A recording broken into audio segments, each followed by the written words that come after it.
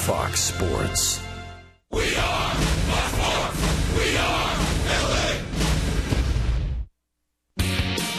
Tonight at the Big Apple, all of the stars are out on the big stage. Mike Trout and Albert Pujols look to continue their home run barrage against the Bronx Bombers here at Yankee Stadium. Angels and Yankees next.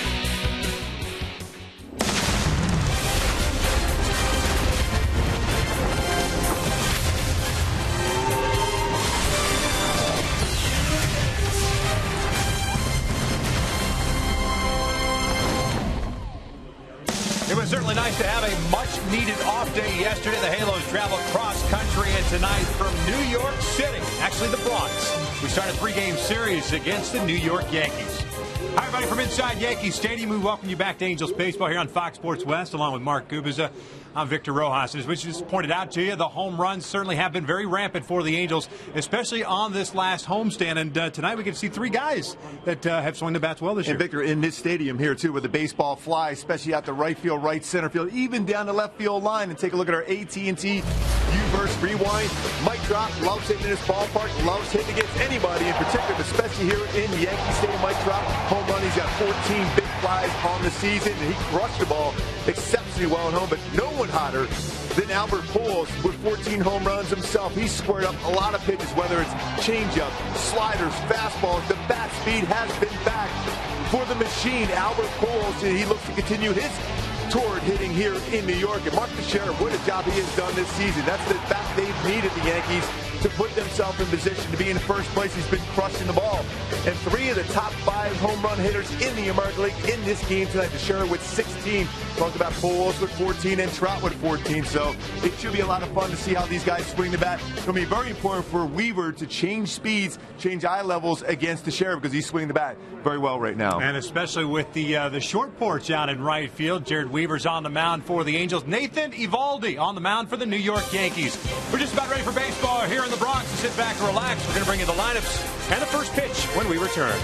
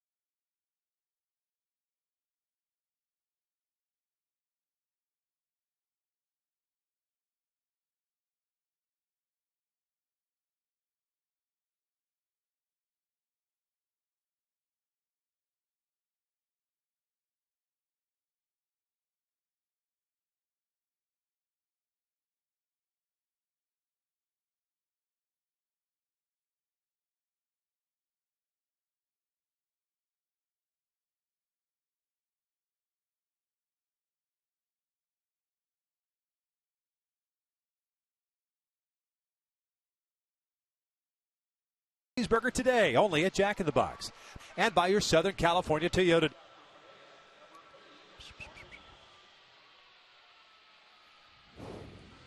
Say hello. Hello. Huh? Hello, everybody. Perfect.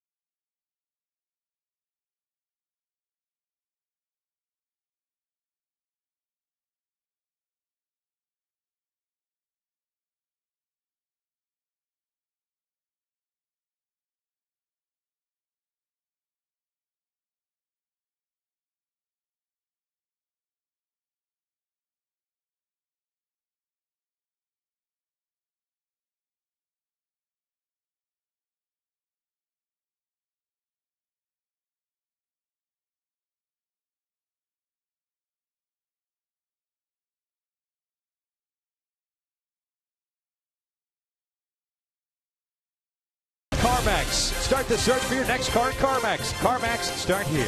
By Jack in the Box. Taste the new black pepper cheeseburger today, only at Jack in the Box. And by your Southern California Toyota dealers. Well, it certainly turned out to be a very pleasant evening here in the Bronx. We had some rain in the city earlier this morning, but the weekend weather is supposed to be absolutely fantastic here in the New York metropolitan area. So that is good. That means baseball will be played as the Yankees have taken the field here while Mike Scioscia goes over the ground rules with the umpiring crew. Nice to have the off day off. The Angels had 20 straight games. They're thankful that that's now over with, kind of recharge the batteries and go get up tonight. It's definitely a good feeling for the players. They've been swinging the bats much better, and of course you get that extra day to even feel better. Let's check out Mike Scioscia's starting lineup for the Halos at 28 and 26. They find themselves tied for second in the West, 5.5 back at the start of the day. Eric Ibar leading things off at short, Mike Trout at center, Albert Pujols at first base, Cole Calhoun at right, David Freese at third, Matt Joyce at the DH, Chris Iannetta behind the plate, Kirk Neuenhuis gets the start in left field, while Johnny Giavitello will round out that starting nine. He will play second base. They take on the 25-year-old right-hander. It's hard to believe that he's still only 25. He's a native of Alvin, Texas. His name is Nathan Eovaldi. Eovaldi's got a very good fastball, power fastball, 93-98, slider curve, changeup. My go-to is to be successful against him. Look center of the plate. He does make some mistakes over the middle of the plate often and hits aplenty. He's given up a ton, 76 of them and 57 1/3. Even with that power fastball, he does make mistakes, especially with his fastball and slider. We'll take a look at the Yankees defensively tonight behind the big right-hander. You've got Flores in left, Gardner in center, Jones in right. The infield has Headley, Gregorius, Drew, and Teixeira from third to first, and McCann behind the plate. And Teixeira has been very good at first base, as he normally is. 5-time Gold Glove winner, 8th most ever by a first baseman. No errors this season so far, but there's been a number of errors, especially on that left side of the infield for the Yankees. So Teixeira has even saved even more errors thrown that way. I was just going to say, just imagine had it not been for Teixeira at first base, where that left side of the infield would be. You mentioned those errors. 19 errors combined between Headley and Gregorius on the left side of the infield. And now it's time for our Lowe's Never Stop Improving. Eric Ibar, what he has done over his last 28 games. First 24, just a batting average of 200. 6 runs scored, but the last 28, though, 330 batting average and 18 runs scored. They're doing very good at that leadoff position, putting pressure on the opponents, especially in this ballpark here tonight. Look for them to continue that hot streak. Eric Ibar ready to lead things off for the Angels.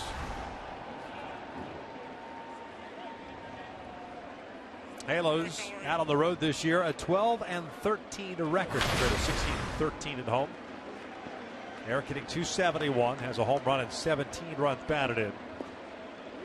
And his 10-game hitting streak snapped on Wednesday as he ended up going 0 for 3. He did have an RBI, courtesy of the sacrifice fly. Headley in on the grass at third base, and here's the first one tonight. It's a fastball, and it's outside.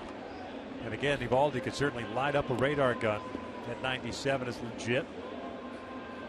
It's amazing the numbers that the hitters have put up against Eovaldi this year, and really throughout his brief big league career. Chopper foul, 1 ball, 1 strike. And that one in at 98 miles an hour. Opponents are hitting .325 against him, which is the highest in the majors among qualified pitchers, and that's with a 97 and 98 mile an hour fastball. That tells you he makes mistakes with that fastball. Yeah, even the first pitch of the at bat, it's a 500 average. That is just off the plate. 2 balls and 1 strike.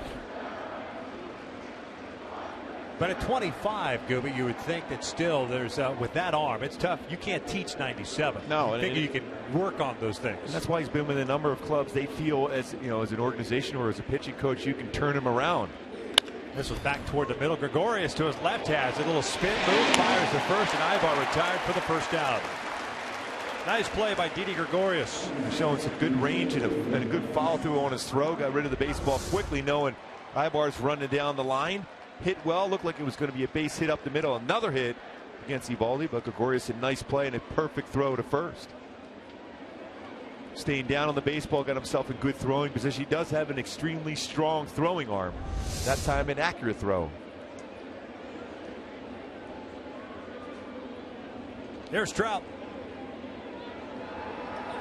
Mike fouls the first one right back into the mask of Brian McCann. It's no balls and a strike, and you will see that, as we mentioned, that 500 batting average early with the first pitch on Eovaldi. Angels pulling the trigger. Mike hitting 289, 14 home runs, 31 driven home. And 4 for 6 against Eovaldi in his career. That's a 667 batter.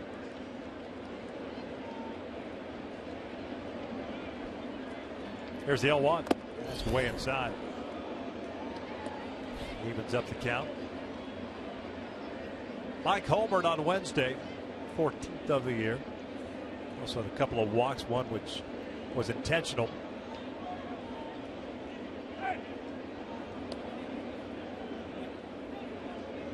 Trout loves hitting the stadium, also hitting over 400, 410 batting average here in Yankee Stadium. Outside, there's a slider. 2 balls and a strike.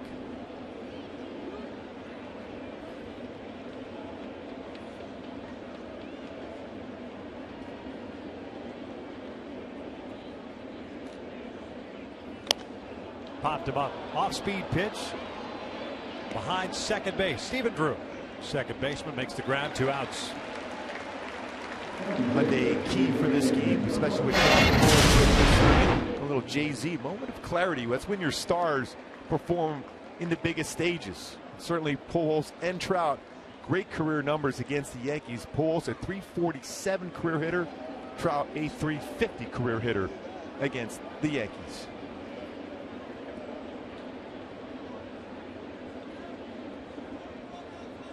Albert at 258 with 14 home runs and 28 runs batted in. 2 for 5 game on Wednesday. He will look at a strike.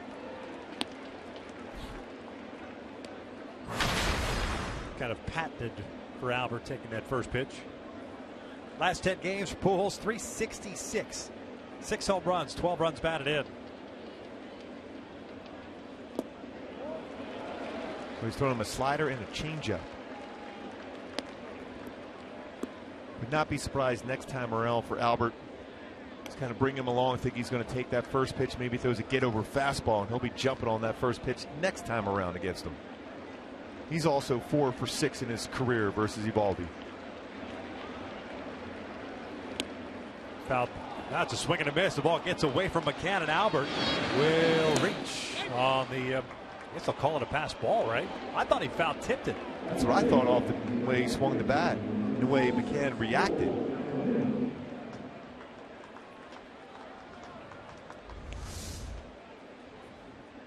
It was a slider, just flat out missed it. Surprising. Late break on the slider. That is a pass ball, charge McCann. That wasn't even that far out of the strike zone. No.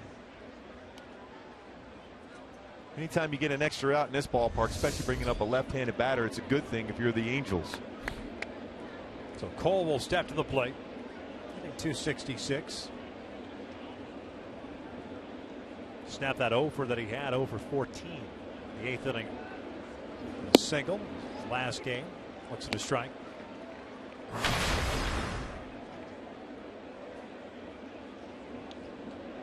A number of off-speed pitches early on for Eovaldi in this game.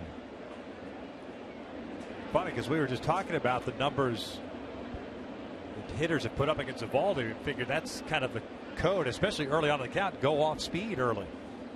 This is lined in the left center field, a base hit. Albert will stop at second, so the Angels have 2 on now with 2 outs. That's a great swing from Cole. That's the kind of swing you need from him. Don't worry about where you're hitting in the order. Go back to your normal, successful approach, where you let the baseball travel and look to go the other way. They were trying to go fastball in. This one ran out over the plate, but he stayed with it, and a good level swing, thinking big part of the field. That's why that swing was so effective. So tempted, too, just like you are at Fenway as a right-handed batter. Here's a left-handed batter to want to kind of lift and pull the baseball with the short porch. Just 314 down the right field line. But you got to get your swing back if you're Cole at this point. Eventually in this game, maybe if you get something on the NRF, then you could turn on it. So David Freese will bat with the man in scoring position at 2 outs. Front door slider. 237 average for Freese. 9 home runs, 29 driven home. That's 3 straight batters he's thrown all speed first pitch. Threw first pitch fastball to Trout, and he fouled that one straight back. Since that point, off speed.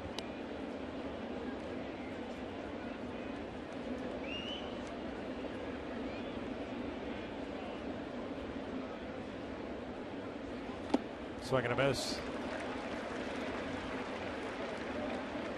No balls and 2 strikes.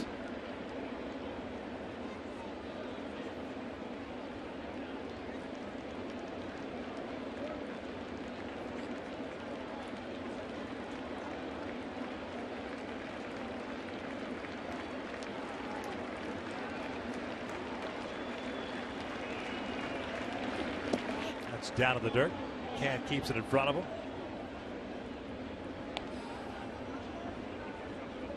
1-2 now. Halos with a .250 team batting average with men in scoring position. While we've seen a little more success on the homestand for the Angels, especially on the offensive side, the number's still not where the Angels would like for them to be. Still second to last in on-base percentage as a team, 12th in slugging. 1-2. Downstairs, 2 balls and 2 strikes. A lot of extra pitches thrown since he thought he was through the inning. A 1-2-3 inning with a strikeout. Should have been. If McCann catches that exactly. baseball. Yeah. Now he's got some stress now on a 2-2 count now for Freese. Especially in this yard. Hits the ball to the right center field like he can. Go a long way. That ball bounced out in front of the plate. Nice play by McCann. Yeah, a lot of times you get a young pitcher that goes out there, gets the first 2 outs very easily. We talked about it a number of times. And all of a sudden gives up a hit or a walk. But he had a chance for a 1-2-3, and let's go sit down. Perfect slider. Yeah. Now this is important too. With a 3-2 count, it allows Albert to get a good jump, because if he gets a base hit, Freeze in the right, so shallow in right, there could be a play at the plate under normal circumstances.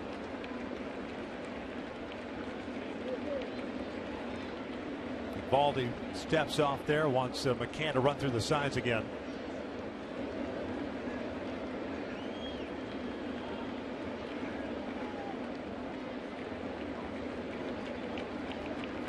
Runners take off. The 3-2 is fouled at the plate. Just got a piece of it. Keeps his at bat alive.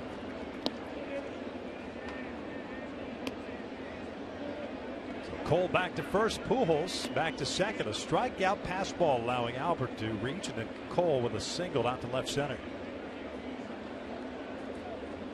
At least an extra 9 pitches going to be thrown now by Eovaldi.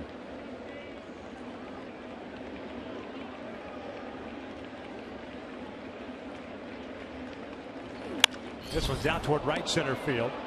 Garrett Jones is there. Halos will leave 2 men on base. We'll head to the bottom of the first. Scoreless.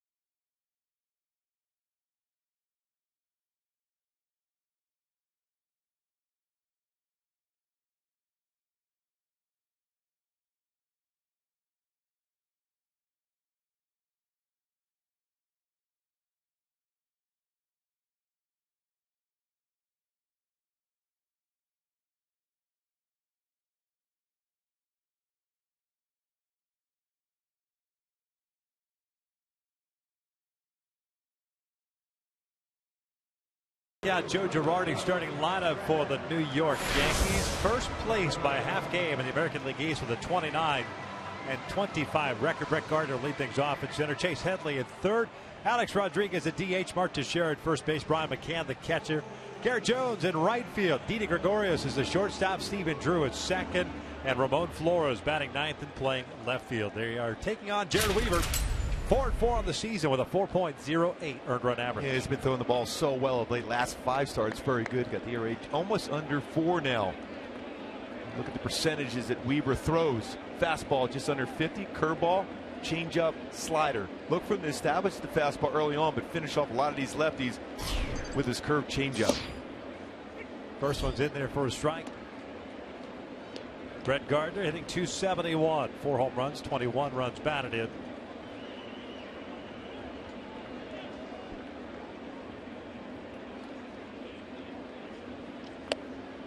There's an off-speed pitch. 67. Is that a new low for the curveball? Yeah, it's usually around 68, 69, 67 now. That feel he has for the pitch is amazing.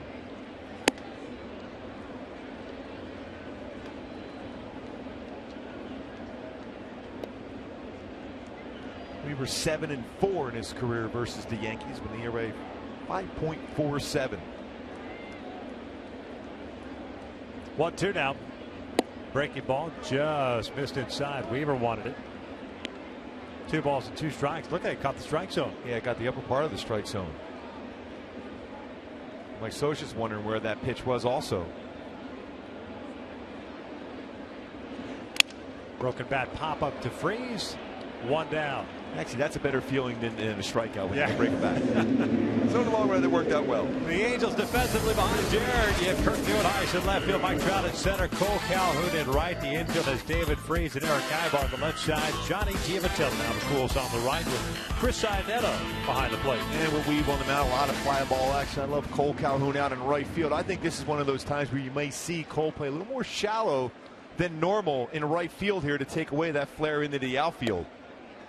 Because anything hit in the air that way generally has a chance of going a long way anyhow. Yep. Ball carries so well to right field, to right center field here. Play more shallow, and you can see he is already.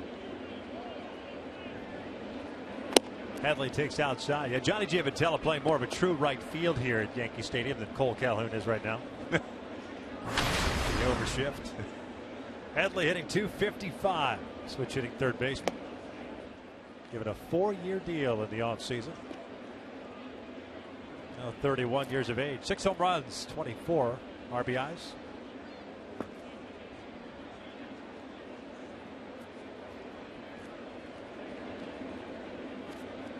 Two-one pitch. This is popped up. David Freese. 2 down. Don't see that too often with 2 left-handed batters up against a right-handed pitcher. 2 pop-ups to third base and out in front. That's the amazing thing about Weaver. That's a 66-mile-an-hour curveball that Headley cannot stay back on. So A-Rod will bat here with 2 outs and the bases clear. It's a nice round of applause. He's been off to a good start. Suspended all of last year by Major League Baseball. Comes in batting .270, 11 home runs, 27 runs batted in, 9 doubles, 1 triple. Now, of course, 665 career home runs. 1,996 career RBI, which is tied for second all-time with Barry Bonds, trailing only Hank Aaron. Hank at 2297.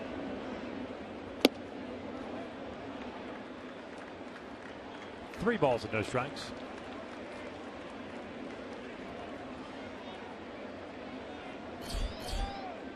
Not sure why Alex was looking down at third base trying to get a sign here. A 3-0 count. He will look at a strike. That's one of those ones that your third base coach go, really? This, look at the pitcher. Now, if you're the third base coach, you just turn around. Yeah. Like, what's he looking at? You're trying to figure out. Is there a baseball in the field of play? 3-1. Foul back. Full count now. I challenge him. That got that fastball up at 87. We were coming off a W against the Tigers. Gave up 3 runs, all earned on 9 hits, 6 in the third. 3 strikeouts, no walks, for a total of 96 pitches.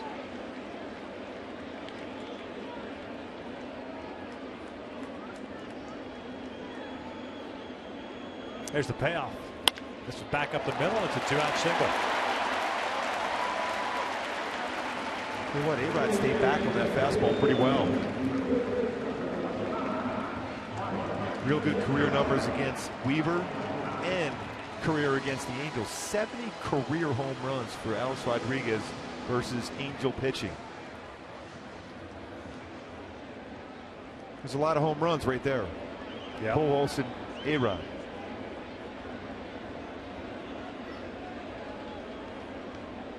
Mark Teixeira steps in. Got the overshift on.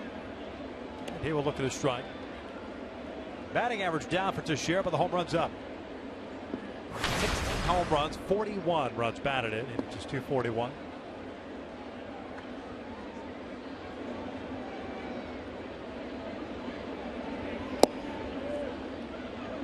Another pretty good pitch. 1 ball, 1 strike. Bruce Streckman calling the balls and strikes. Not calling a lot of pitches at the knees or even the upper part of the strike zone early on. That was a perfect pitch.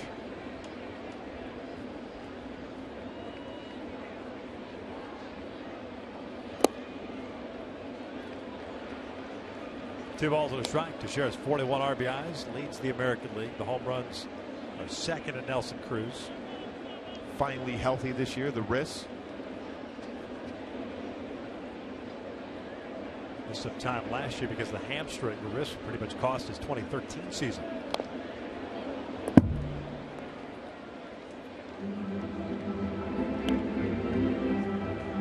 Two balls and 2 strikes.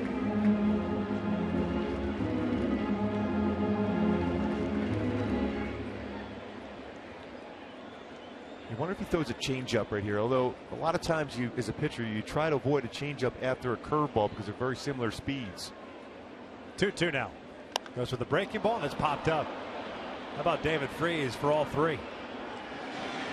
Yeah, that's extremely hard to get 3 left-handed batters to pop up to third. We head to the second, scoreless.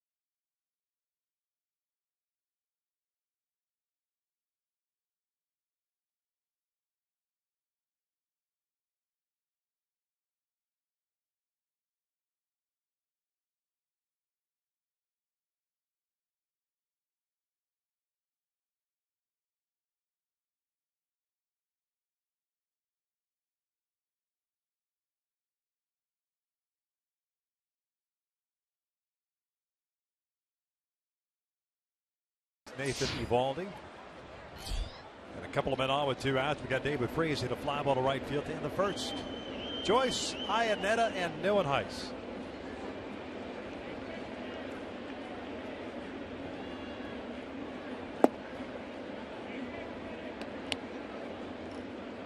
Matt Joyce hitting 179, 4 home runs, 17 runs batted. 1 for 5 game the other day. Bounce this one back. 1 ball, 1 strike.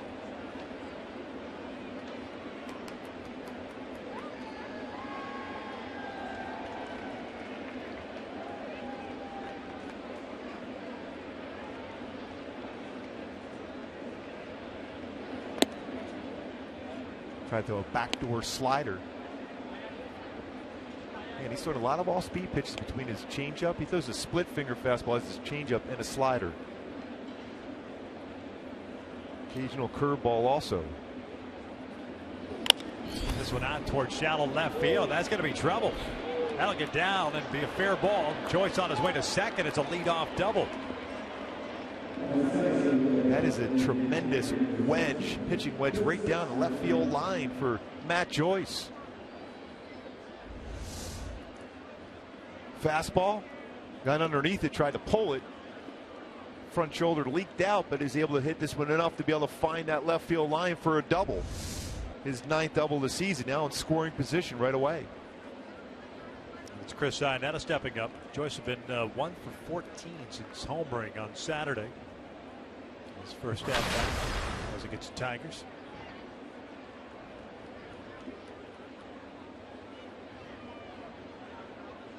Chris getting a start tonight behind the plate. It's jammed and fouls it back. 188, 3 home runs, 13 home runs. We've been so used to seeing over the last couple of starts Carlos Perez catching Jared Weaver. We all know the story. Mike Scioscia doesn't believe in personal catchers. But he did catch him, what was it, 5 times in a row? Yeah. I figure with Chris Ionnetta's swing, especially his power, if he's right, can hit the ball well to right center field. Bouncer foul on the third base side. No balls, 2 strikes, and in those 5 starts, by the way, 4 wins, 1 no decision. And extremely well thrown games too for Weaver. But in this spot right now for Iannetta, at the very least you want to be able to try to advance Matt Joyce over to third base here. Give Weaver a little room to work with early on here in this ballpark. Weaver doesn't get a whole lot of run support, just over 3 runs per game. Iannetta goes down swinging, 1 down. Here's tonight's Coors Light Cold Hard Facts, which is brought to you by Chris Coors Light. Think about how the Angels have played well here over the years. Won back on April 25th, 2014, 13-1, the largest win margin ever here against the Yankees for the Angels. 4 home runs, including Eric Ibar and Albert Pujols. And Stewart went deep, and so did Colin Cowgill, who's on the mend himself now, getting close to being activated at some point soon. Ian Stewart now with the Nationals, right? Last I saw. Nationals organization. New and Ice, starter in left field tonight, 3 for 12. There's an Angel. 2 of those hits, doubles, both at the left center. Former New York Met, back in the New York area.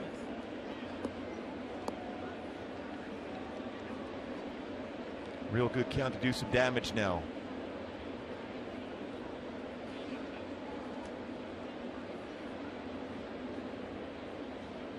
Leadoff double for Matt Joyce, stands at second base, 1 out.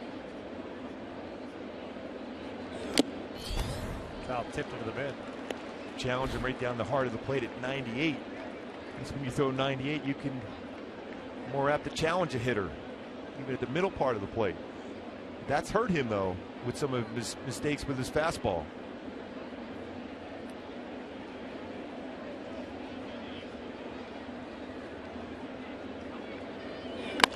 Ground ball towards short. Gregorius bobbles it. Throws off balance, and New and Ice is safe. Just like you mentioned earlier, Victor, about that left side of the infield and the amount of errors. Now at number 8. It looked like he looked up to see if he could throw the ball to third base to get Joyce, who was going on that ground ball to the left side of the infield. Unable to make the play, then a long throw. Pretty firm throw. But New and Ice gets down there and beats it out. It is an error on Gregorius, his 8th of the year, 42nd error committed by the Yankees. So the Angels have runners at first and third with one out, and Johnny Giavotella.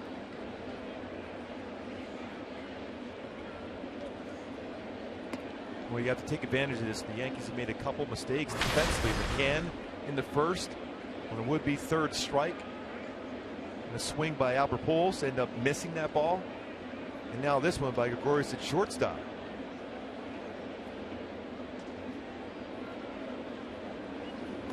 Upstairs with the off speed.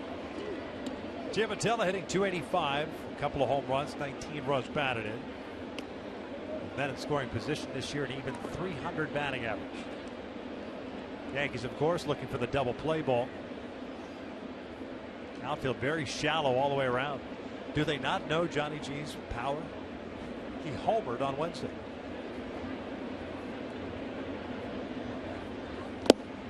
Tipped into the mid. He was thinking long ball in that swing. Now you get back to a level swing approach. You have to get this run across.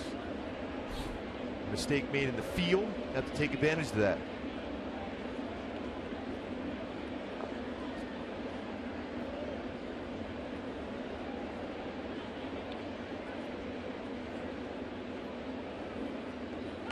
This is down the right field line, but slicing out of play.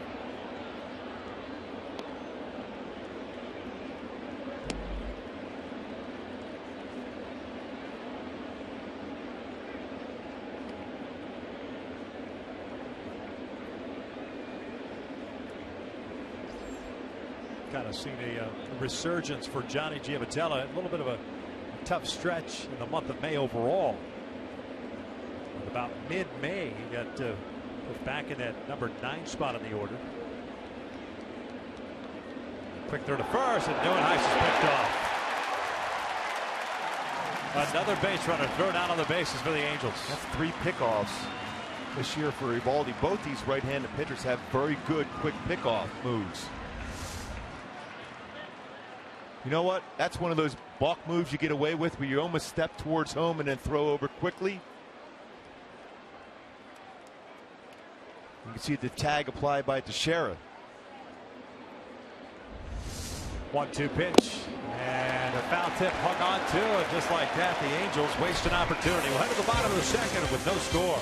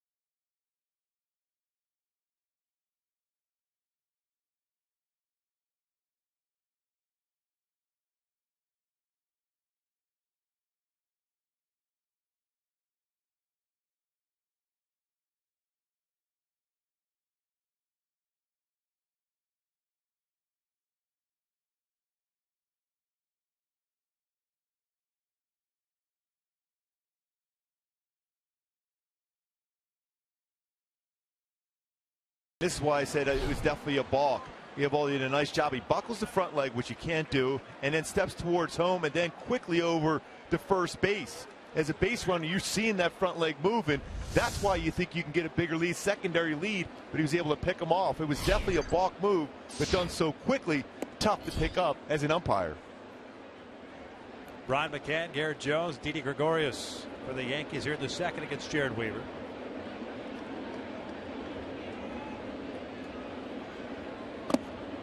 McCann looks at a strike to even the count. 31-year-old catcher. Second season in the pinstripes, hitting .248, 8 home runs, 33 RBIs. Pops this one up. One down. And this is why it's so difficult for an umpire. We go back to that pickoff by Eovaldi, how difficult in real time to be able to see this. When you buckle that front leg, and you can see as a base runner, Nunes is thinking, I can go now because he's going home. Once you bend that front leg, you're supposed to be going home, but then you step towards home and then over the first so quickly, it's tough to detect. It's a good move. Everyone's taught that in high school. Tough to get away with it, though. This one will beat the shift. Garrett Jones picks up a single with one out here in the second. And the thing about the move is that any umpire can call the ball. Yeah, someone sees it, doesn't matter. It's not relegated just to first base or home. Any one of them could have saw that. And I'm sure Mike Scioscia at some point is going to tell one of the umpires or have someone say, hey, watch that move when he throws over the first base. You can't do that. That being said, it's a good move. It is a very good move. It's a great balk move. And you keep doing it until someone says something or all of a sudden they draw attention to it. And I notice he hasn't been called for a balk yet this year. Eovaldi. So then therefore it's not a balk. No. Right? It's not cheating unless you get caught. Exactly. Allegedly. But we caught it, though. Yeah, that's right. Gregorius with an 0-1 count. Shortstop hitting .232. A couple of home runs, 11 runs batted in.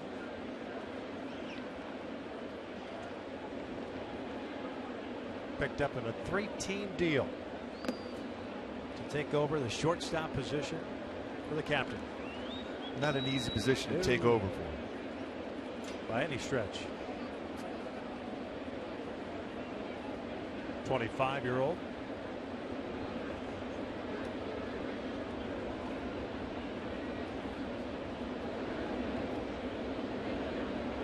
One pitch.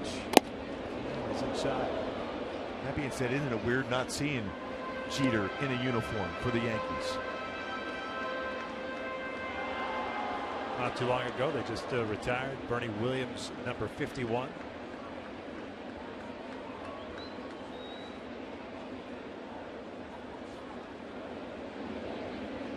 One of the many numbers have been retired by the Yankees. Is there any numbers left? Let's go with 0.5. Well, once Jeter's is retired, they will have retired with Jeter's number 2. It'll be 1, 2, 3, 4, 5, 6, 7, 8 twice, 9 and 10. And you've got the other numbers sporadically from there. Can you tell me the second number 8? Yeah, but I'll go the safe route. I'll say Yogi. Well, Yogi's one of them. Bill Dickey. That's right. There it is. Just a little bit of history with the Yankees. Just a little bit. Yeah. 2 balls, 2 strikes. Jones standing at first base. Foul tipped into the mid. 2 down. First strikeout for Weaver. Great changeup. Hey folks, you can follow the Angels all season long with MLB.com at bat, the #1 app for live baseball. At bat is up to the moment, at any moment, with in-game highlights, live look-ins, replay reviews, radio broadcast, statcast, and more. Get MLB.com at bat for your smartphone or tablet today. 2 down and a man at first. Stephen Drew up at the plate.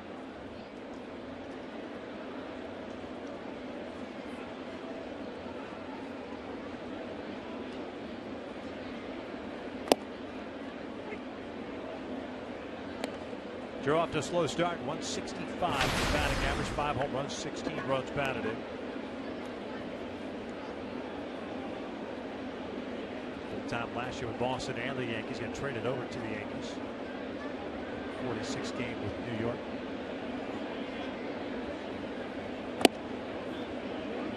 1-1 Once upon a time, a first-round pick. The Arizona Diamondbacks, 15th overall in 2004.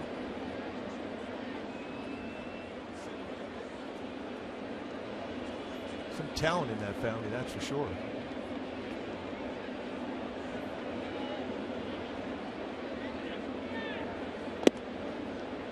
Two balls and one strike. Now imagine had both lived up to the expectations set for them when they were both drafted. JD had tons of talent. He had some solid years, but never quite what everyone anticipated him having. But still a solid major leaguer. 2-1. Foul at the plate.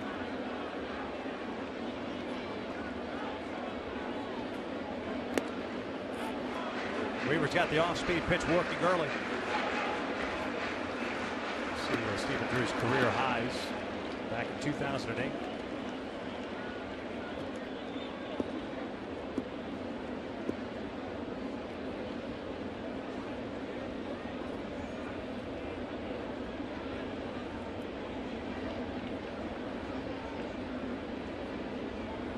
Drew pulls one down the right field line. In this ballpark, you got to be careful. That one is foul. Yeah, I mean, you're always stressing anything hitting the air down that line, whether it's this ballpark or the old Yankee Stadium. Anything hit, you know, they say 314. I remember the old stadium, what was it, 310 or 309, which was probably about 290. Just saying. Yeah. 3010. Yeah. Just saying.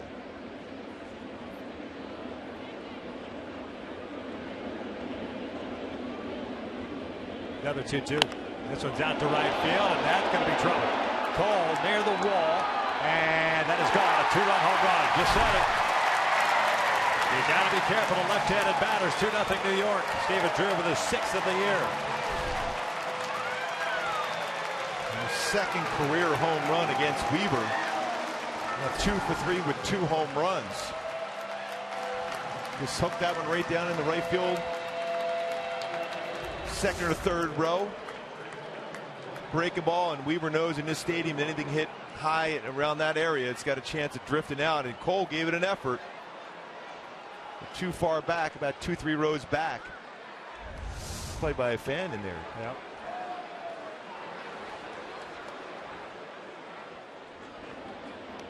Ramon Flores, a left fielder, takes a strike. 2 for 14 to start his big league career. He yanks one down the line, foul. 0-2. Flores, 23-year-old from Venezuela. Kobe Ellsbury on the 15-day disabled list. Right knee sprain. This one's popped up. Foul territory. David Freese drifting over. That'll do it for the Yankees, but they do strike first. A 2-run home run by Stephen Drew as we head to the third. New York on top.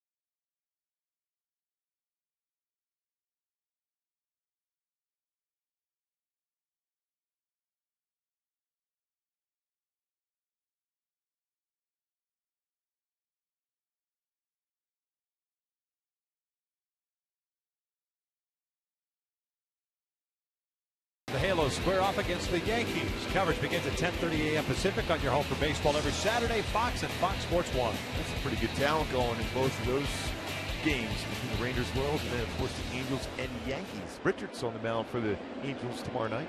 Yeah. Here to third. Halos down 2-0. Ibar, Trout, and Pujols.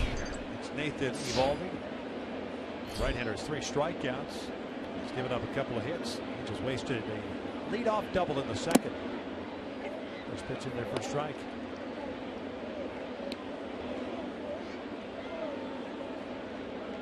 I think Eric wanted to know if that was on the bunt attempt or on the strike zone. Yeah, because Weaver hasn't got any of those pitches in that part of the strike zone. It is a strike. Weaver hasn't gotten that spot. 1 ball, 1 strike. Well, we mentioned Eovaldi's given up a lot of hits. 78 hits now in 59 and a third innings this year. He's also received a ton of run support. 6.75 runs a game. Ibar goes chasing that slider. So the old saying, it's not how you pitch, it's when you pitch. Yeah. In case you're wondering, Garrett Richards receives the most run support for an Angel starter. Just over 5.3. 1-2. Bouncer over to third. Headley has it. 1 down. And now it's time for the T-Mobile game changer with Mike Trout coming to the plate. Talked about Derek Jeter earlier. When you compare the two in their first 547 games at the major league level, very similar numbers as far as batting average, runs scored. Jeter with a little more hits, doubles, and home runs, of course, will be the difference maker for Trout. And steals, very close. His idol, Mike Trout growing up, Derek Jeter.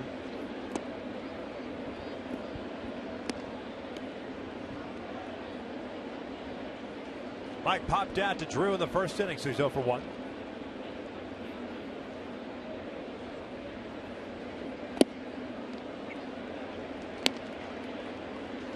Two curveballs in this sequence for Eovaldi against Trout.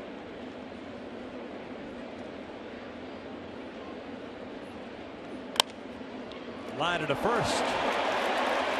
Trout's. There's a changeup, split finger changeup that ran in. Tucked his hands in well, hit that ball pretty hard, but Teixeira right there to catch that line drive.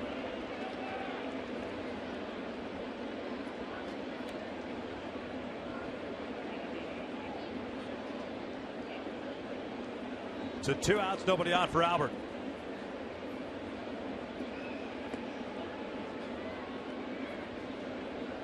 It's up to Albert right now to get the offense going. So all those numbers, what he did at home, 6 home runs in the homestand.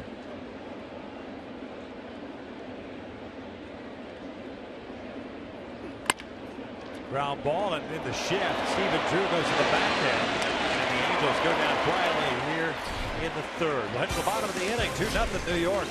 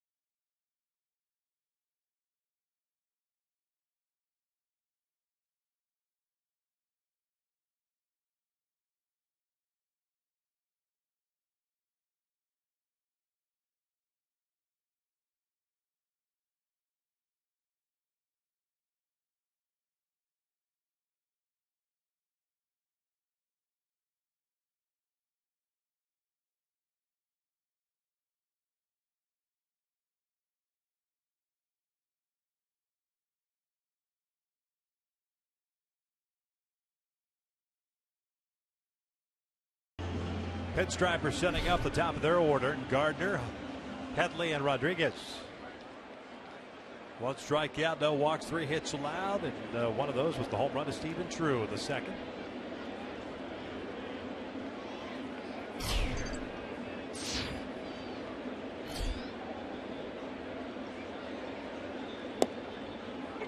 Brett Gardner popped out to David Freese in the first inning. As a matter of fact, all 3 outs were on pop-ups to Freese in the first. He's caught 4 pop-ups already in this game. Ground ball back up the middle, and that is a leadoff single. Gardner on board.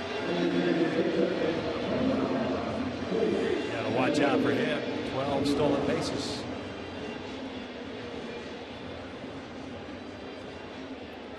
Hey folks, the Angels take on the Athletics next Friday at 7:05. And fans in attendance will receive a Cole Calhoun bobblehead courtesy of Cox Communications. While supplies last. Purchase tickets today at the Angels Stadium ticket office or online. Cole likes that bobblehead. Certainly sold it. Yeah, he did. Yeah. Big smile. 12 bags. Gardner's been caught 3 times. Yankees 7th in the American League in that category with 30 stolen bases. Weaver has 2 pickoffs this year, 22 in his career. A little step off and then fire over at first has been effective for him. Breaking ball in the dirt. Headley's grounded into 5 double plays this year. Yankee third baseman hit better from the left side than he has the right. 280 compared to 203.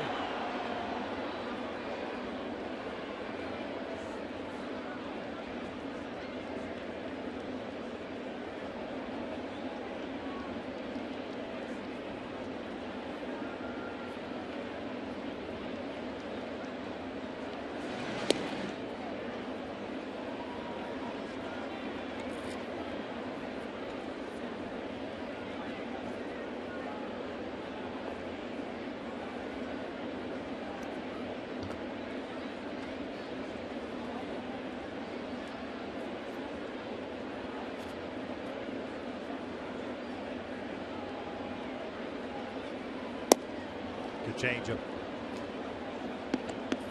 Hanley looking for a fastball, thinking it's a fastball count, but you're not going to get that against Weaver.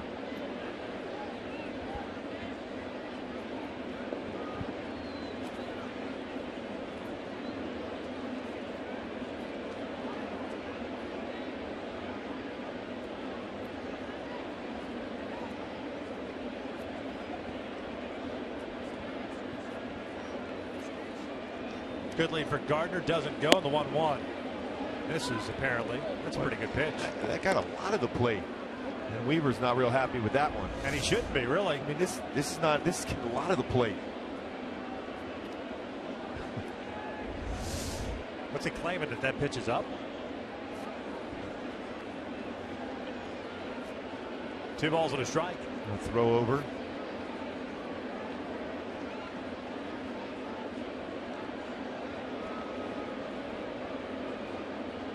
Figuring that Girardi might put a hit and run on. Looked like he was going.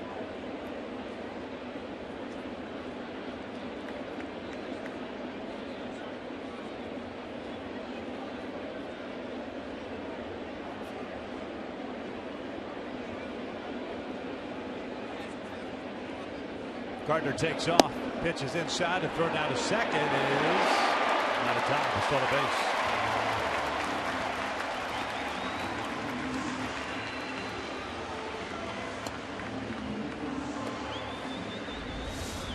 Notice you'll see almost like a sliding path up to the base here. Yankee Stadium. First base, the lead has that same type of dirt. Same thing there on the slide. Gardner, the head first slide. Clearly beat it, but it's just a matter of him keeping his foot on the base and hand. Nybar did a nice job of keeping that tag there just in case he went off the base at any point. With replay, that's always a good decision. 3-1, a swing and a miss, full count.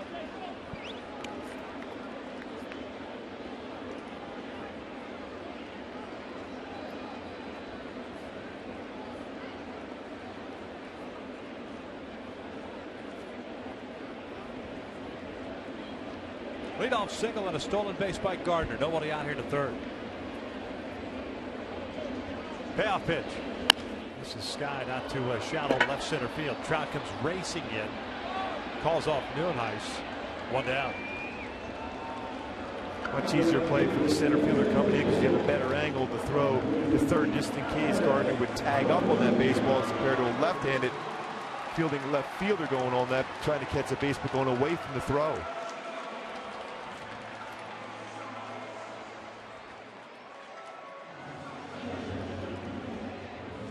So A-Rod will bat here with 1 out, 1 on. Alex with a base hit up the middle his first time up. If I'm Weaver right now, I try to pick off a Giavattello at second base on Gardner at some point in the sequence against A-Rod.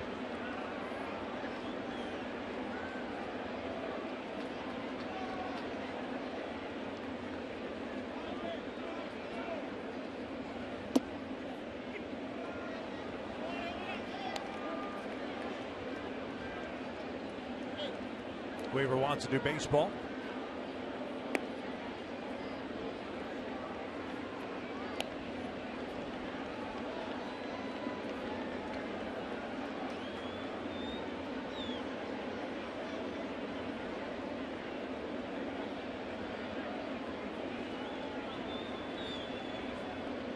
Johnny trying to keep Gardner close to the bag at second. Breaking ball. Tops foul. No balls and 2 strikes. A couple of other games that just underway themselves. Boston leading Oakland 2-0 as far as American League West games are concerned. Oakland's committed a couple of errors early on. Seattle will host Tampa Bay in a couple of hours. Houston is at Toronto. Toronto leading that game 5-0 in the bottom of the third. Here it's 2-0 Yankees. Top of the third inning.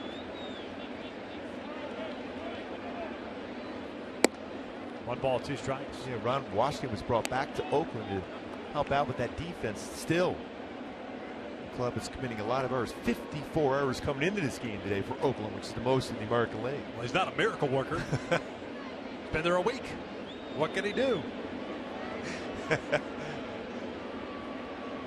1-2. 2 balls, 2 strikes. Weaver down 50 pitches.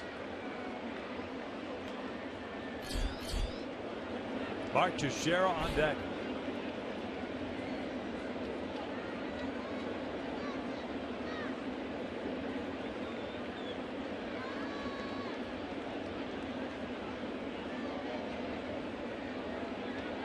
Couple of glances back to Gardner. A swing and a miss. Down goes Alex. 2 down. Second strikeout for Weaver. Weaver, remember, he got a base hit on the fastball his first at bat. This time, threw him a changeup and get a swing and miss. A very good changeup. Out in front, couldn't make contact.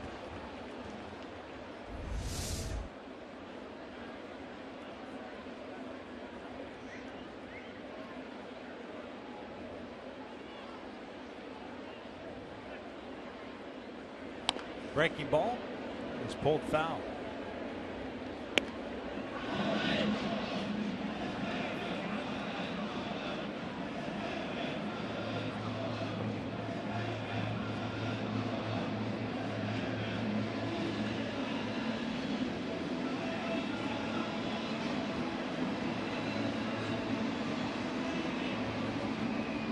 Teixeira popped out to David Freese in the first inning. She's 0 for 1.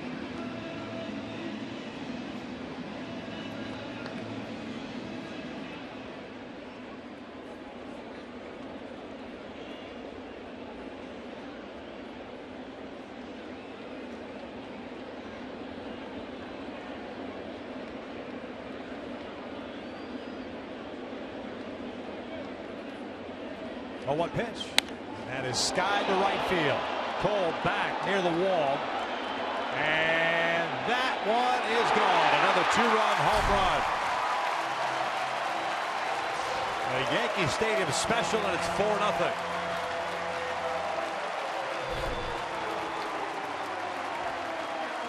Just a high fly ball that kept drifting and gets out in the stadium once again. 19th home run for the Sheriff. Another breaking ball towards the end of the bat, but hooked it Calhoun again tried to do whatever he could to bring that one back, but second row again, just like Steven Drews. So 4-0 now. Both home runs coming with 2 outs. Drews in the second. Teixeira's here in the third. 9th home run that Weaver, I should say, has given up in this ballpark. McCann 0 for 1 with a pop-up.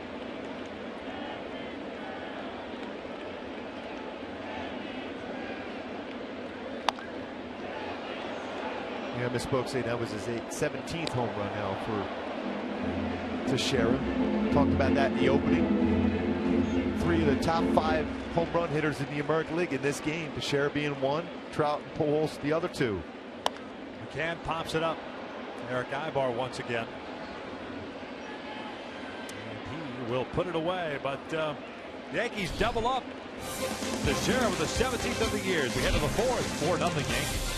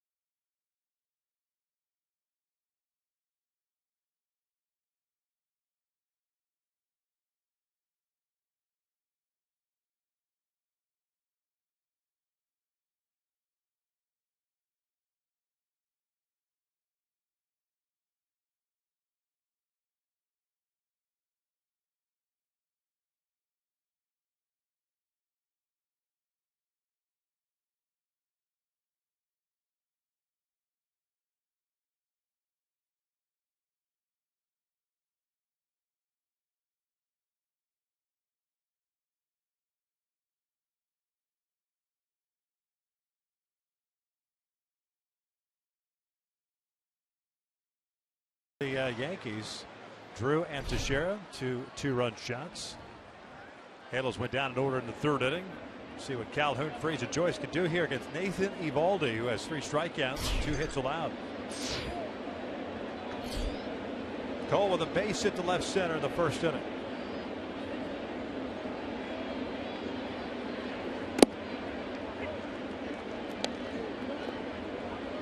With a real good swing his first at bat.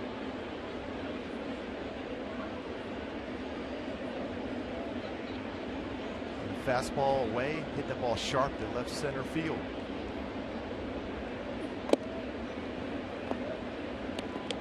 Like lots of all-speed pitches. Important now for the offense to get it rolling here.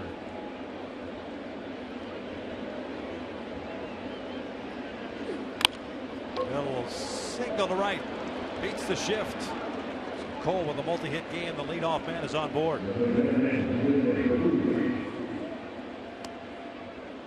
Even with the shift on, Drew playing in shallow right field. Cole able to get it by him. 2 for 2 for Cole Calhoun.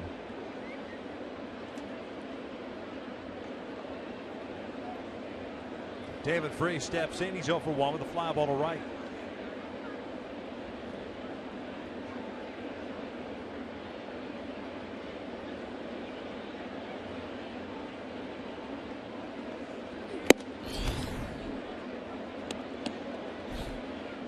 It's a first multi-hit game for Cole since first start against the Red Sox at Fenway on the 22nd.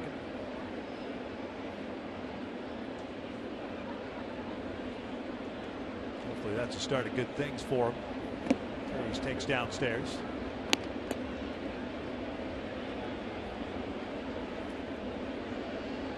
Cole got off to a good start, a .315 average in April. Down to .252 in May. 3 for 16 here to start the month of June. 2-0. Chopper to short. Gregorius. The only play they have is to second base, and they force out Cole for the first down.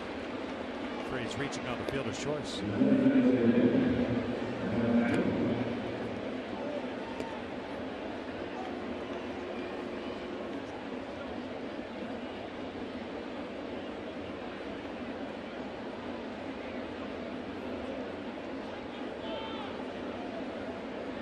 That Joyce doubled to lead off the second. Eventually stranded at third base.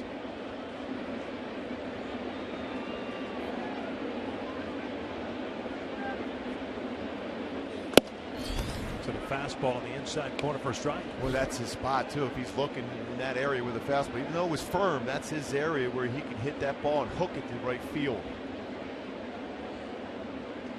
We've seen tonight already, anything hitting the air, the right field has a chance of getting out.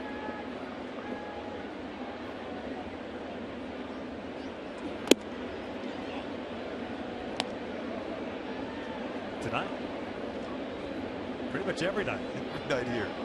Maybe in the beginning of the year when it's like 30 degrees maybe. Doesn't carry quite as well.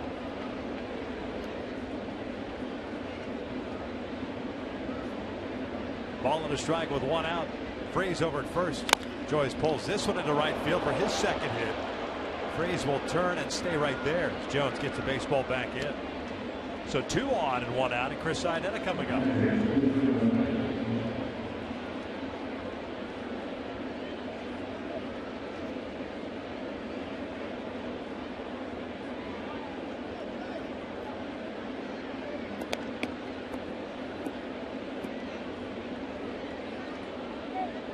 Chris struck out in the second.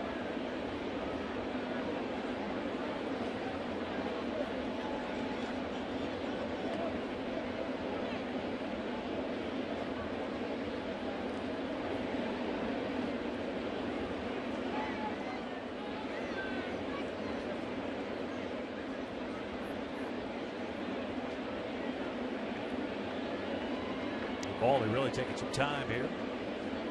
Has himself a 4-0 lead. Chris will look at a fastball for a strike.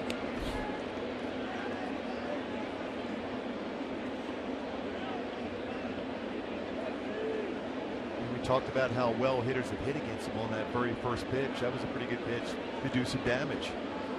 And one of the few first pitch fastballs we've seen down low.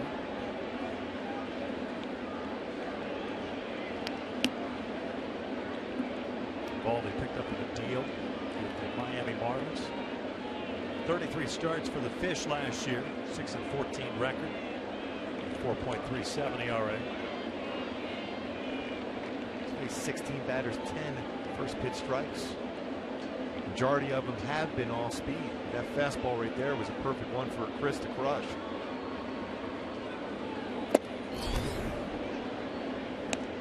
Got to turn into that one, right? 96, 97? Yeah, that's easy for us to say. Oh, just 95. Oh, well yeah. Definitely then. So get it over fastball. 2 balls and a strike. Kirk Newell, eyes on deck. 4 hits for the Halos, 5 for New York.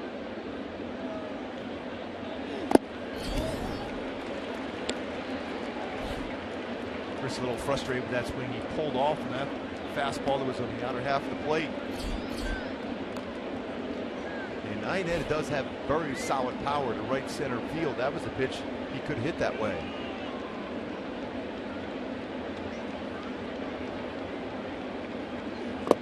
And Chris chases the slider out of the strike, so 2 outs.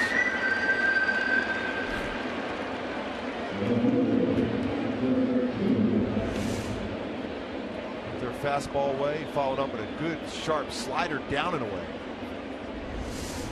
swing and miss pitch for Eovaldi. And the pitch before, even the first pitch of that sequence for Chris is the one you'd like to see him go after and attack. So 2 outs, runners remain at first and second, and Neuenhuis to plate.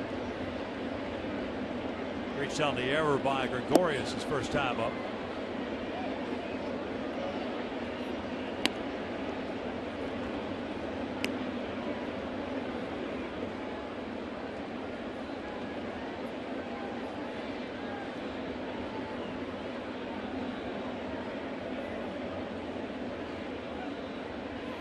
Frey's the base runner at second, and Joyce at first.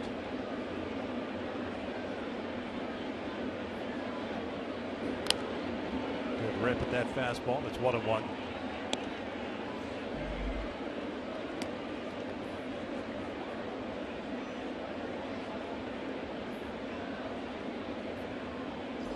Originally 11th round pick by the Dodgers.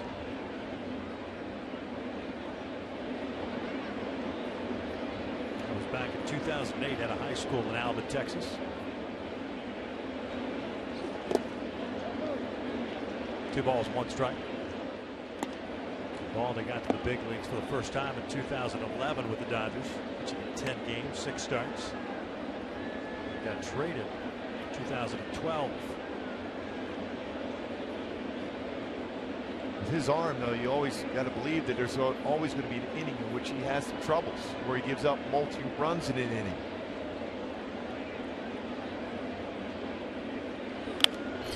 Foul back. 2012 trade to the Marlins netted the Dodgers Hanley Ramirez, as well as Randy Joe. And picked up this past offseason. You're talking about Albert, Dave Hansen, and Mike Trout about his split finger fastball or changeup.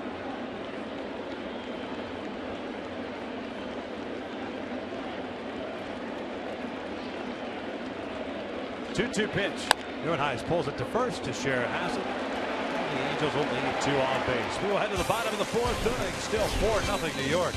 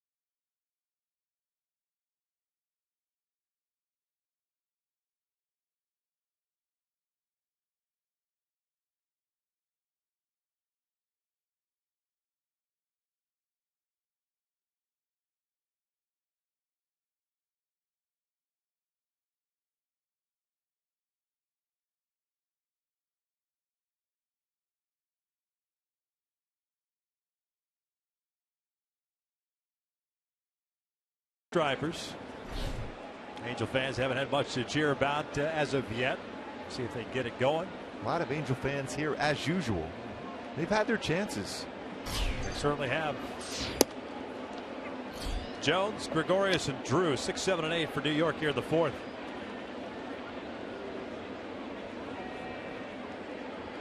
Garrett Jones, the right fielder, singled and scored in the second. Takes down and away. Halos tonight already 0 for 6 with men in scoring position. 3 innings already with multi-base runners on in an inning.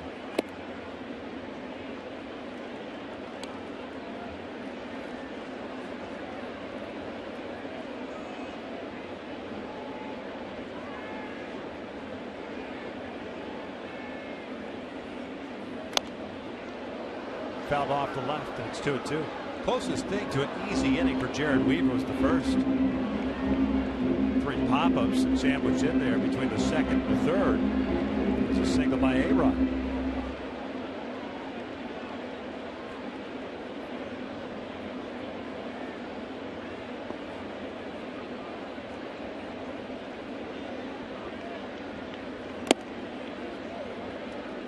Full count.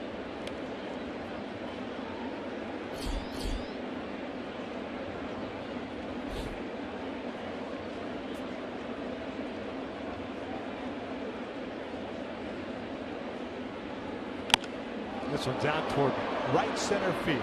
Trout moving in and to his left. 1 out. Fans, the Angels take on the Diamondbacks June 16th at 7:05, and fans in attendance will receive a cooler backpack courtesy of your call while supplies last. Purchase tickets today at the box office or online. Perfect summer gift.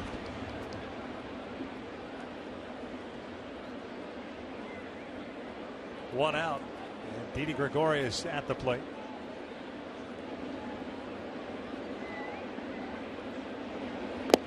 Shortstop looks at the strike. He punched down in the second inning. 2 strikeouts for Jared.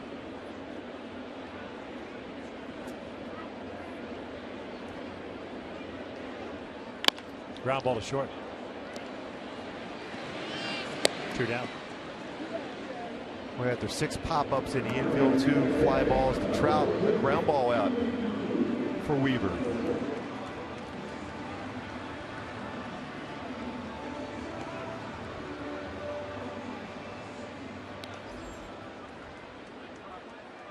Here's Steven Drew. Put the Yankees up 2-0 in the second with his 6th home run of the year. Now with 18 RBIs.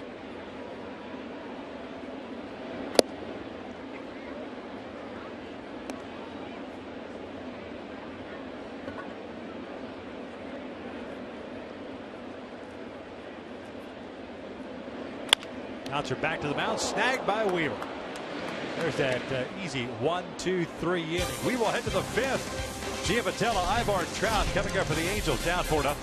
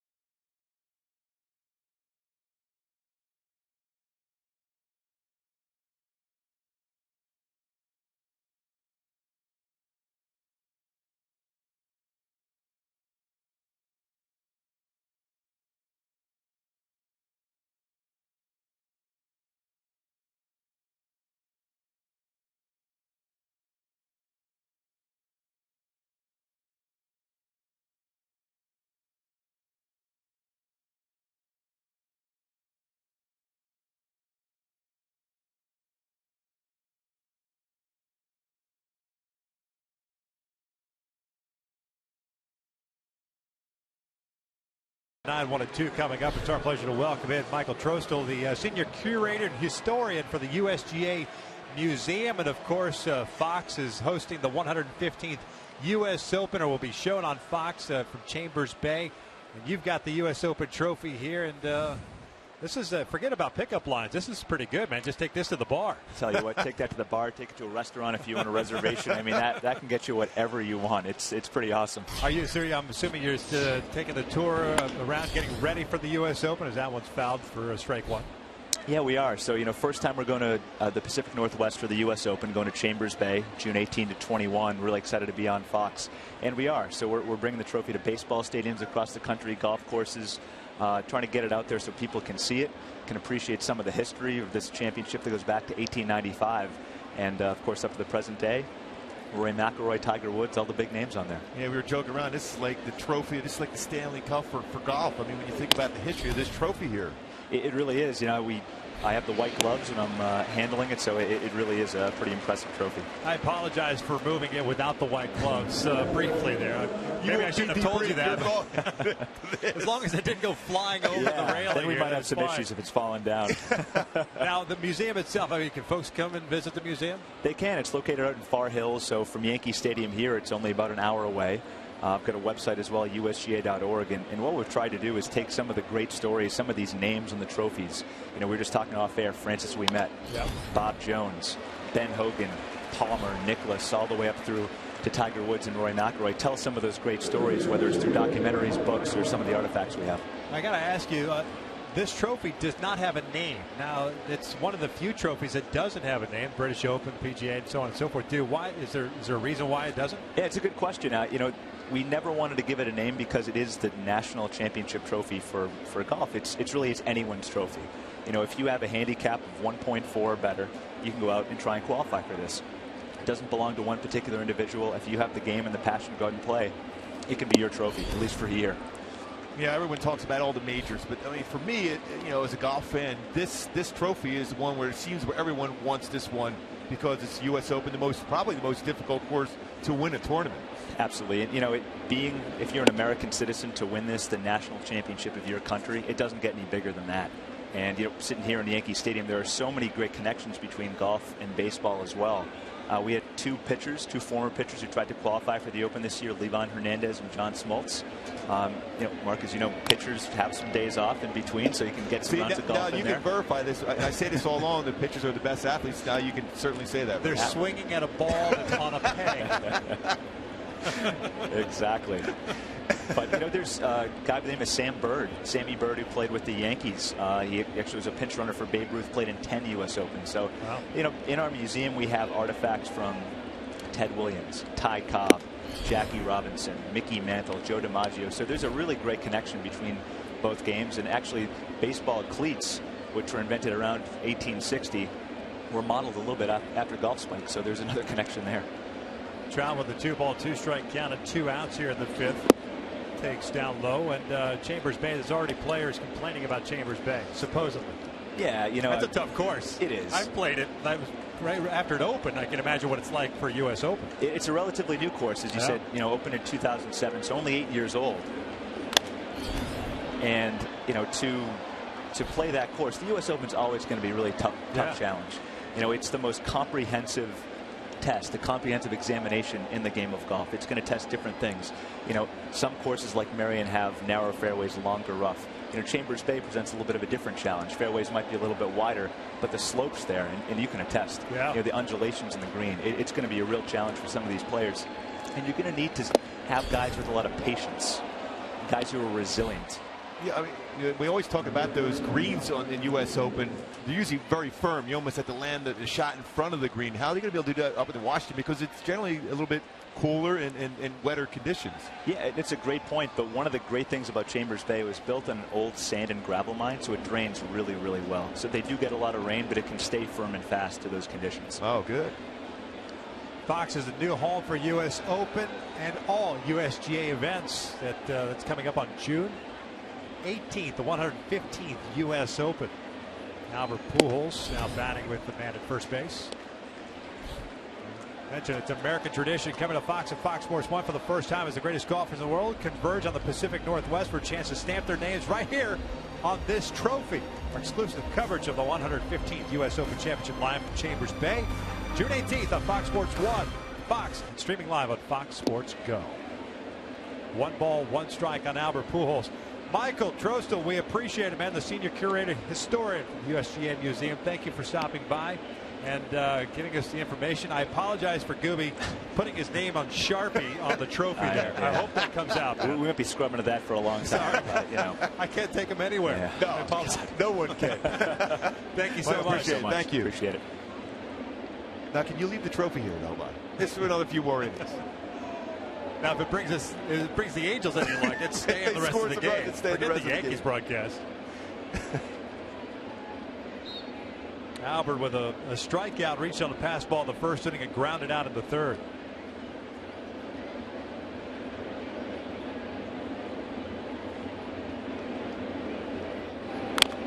Chopper foul, 1 ball, 2 strikes.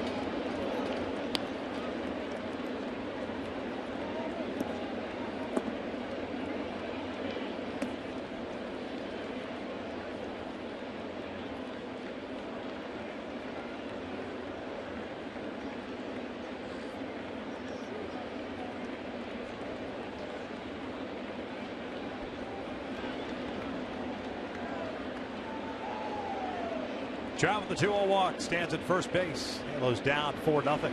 Albert hits one out toward right center field, not very deep. Jones comes in, and the Angels are done here in the 5th. We'll head to the bottom of the inning. It's still a 4-0 Yankees lead.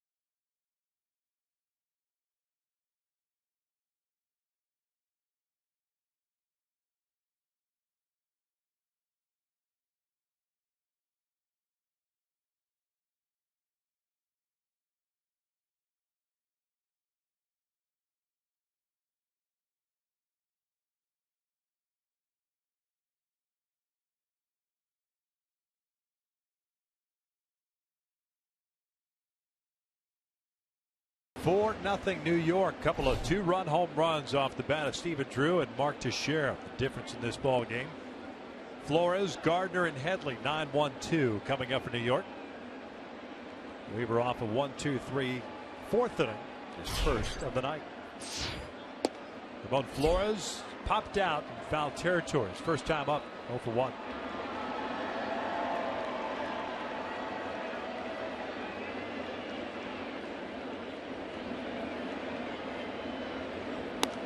This one's out to right field, not very deep. Cole broke back, now races in. 1 down.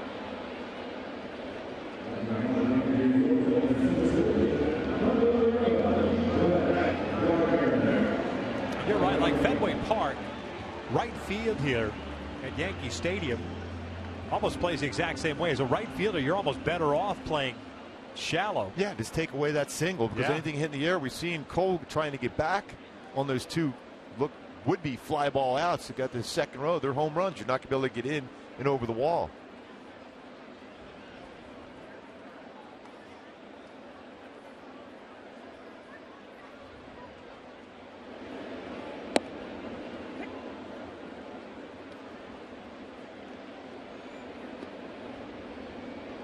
Gardner 1 for 2 with a single, a stolen base, and a run scored.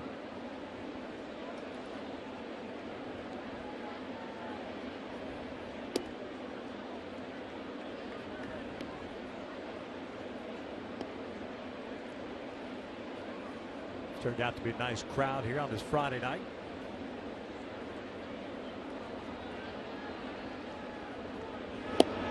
One and two.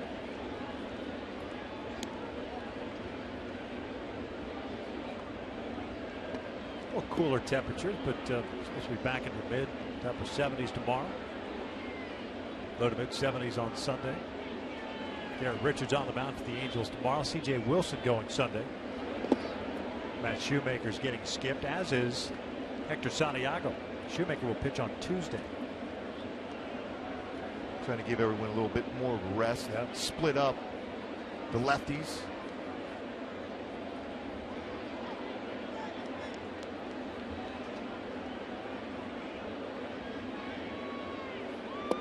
Full count. 3-game series here. Then it's off to St. Petersburg, Florida. An off day on Monday. And a 3-game set, 3 night games in St. Pete against the Rays. C.J. Wilson has always thrown the ball well here in Yankee Stadium too, so it was good to get him to start here. This one out to left center field, and nobody's going to get there. It'll split the outfielders and go to the wall. Gardner with good speed will round second. He's going to try to go to third, and he is in there with a triple. Second triple of the season for Gardner.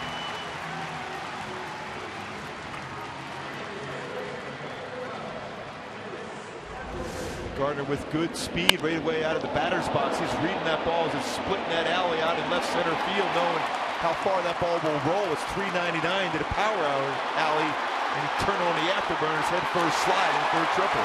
Second of the season. Cardinals will play their infield in now. This one's popped up. Freeze will give it a look, but it's headed toward the seats and out of play.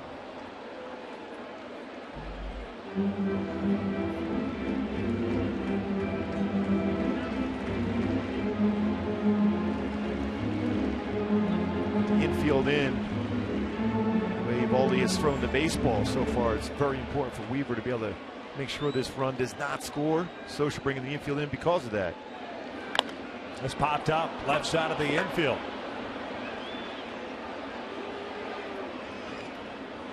Two outs. Headley upset. He got a pretty good pitch to do some damage. It was a fastball that was up middle of the plate. Upset with himself. He had a pitch at the very least. Drive that ball well. It was 83-mile-an-hour fastball, but pops it up. The thing about Weaver, he will get a ton of pop-ups in the infield.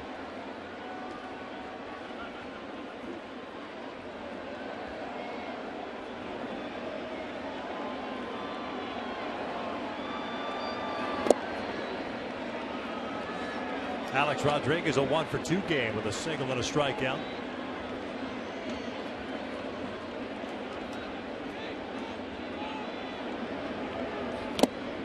Fouled into the mitt.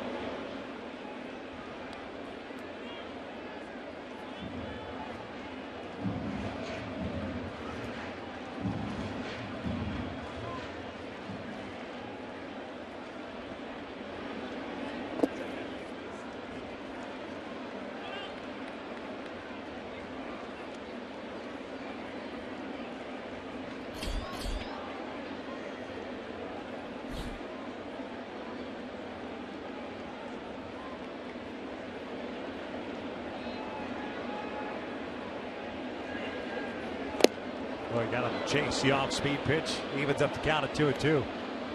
Yeah, it had more of a slider type break, but took something off that pitch at 69 miles an hour. And I'm swinging last at bat on a changeup. First at bat, A-Rod single on a fastball.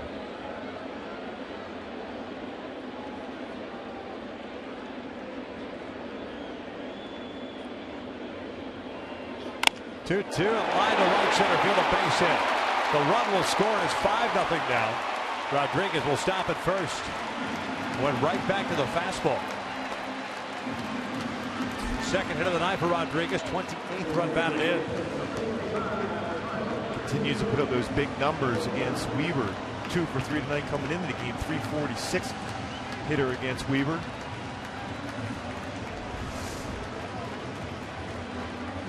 With the fastball, stayed back on it real well. Use it going the other way. With that baseball travel.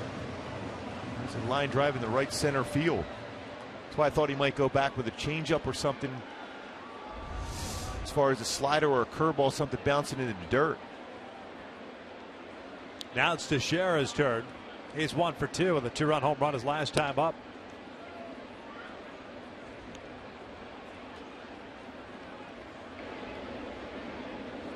'82 pitches thrown by Weaver. Pardon me, 83 now.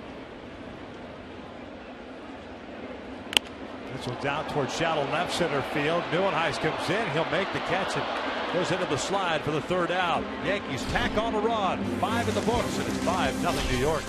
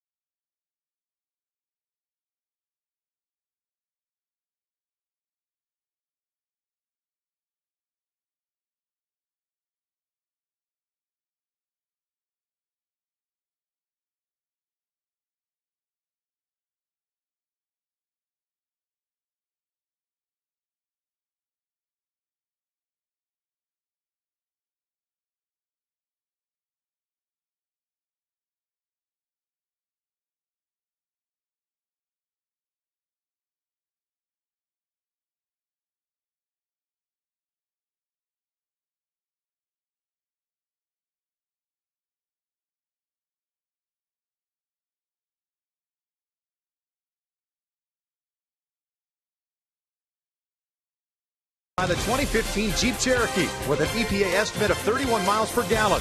Visit Jeep.com for more information. By AT&T U-verse, more live channels on the go than cable. Top of the 6th inning, 5-0. Yankees lead it. Nathan Eovaldi back out of the mound. 4 strikeouts for him, 1 walk, and 4 hits allowed. He'll face Calhoun, Freese, and Joyce here in the 6th.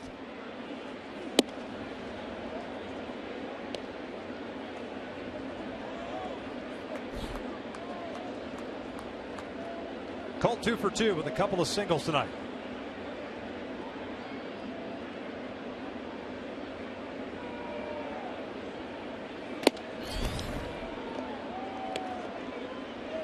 Two balls and no strikes. Baldy in his last start gave up 11 hits and 4 2/3 against Oakland. Down to no decision.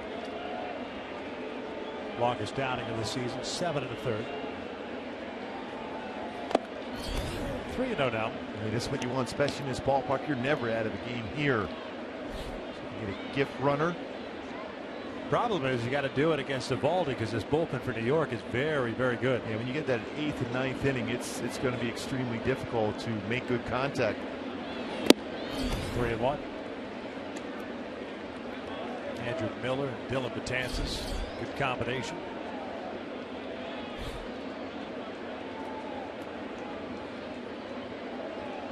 That's not to say that the Angels have not had their opportunities tonight. As Cole looks at a strike. I thought that was ball 4. Did catch his zone. Full count now.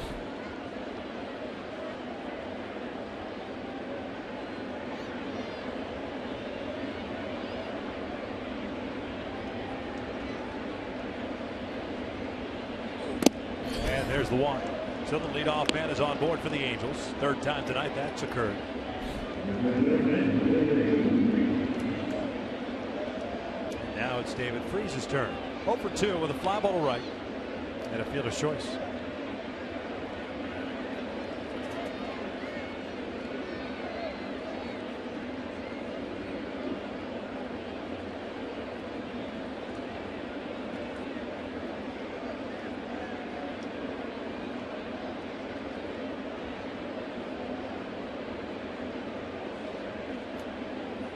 Outside.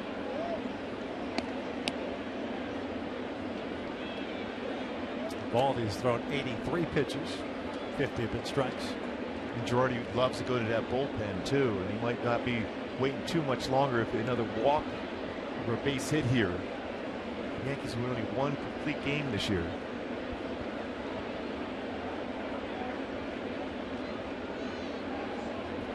I think that's a stat that will continue to die off with each passing season. The specialization of the game, especially the bullpen management, or in some cases over management. Yeah, because it's always easy to say, well, that's why we have these guys down in the bullpen instead of letting that starter fight his way through a battle or two late in the game. 2-0. The back-to-back batters. Valdi has struggled with command here. And now here comes Larry Rothschild. Kind of feeling the same vibe. Yankees pretty solid as far as a team ERA. Just behind the Angels at 3.74. The Angels come in this game 3.66. 84 pitches thrown, 51 of them strikes. 2 walks in the game, last 2 innings with 2 walks, now behind another batter.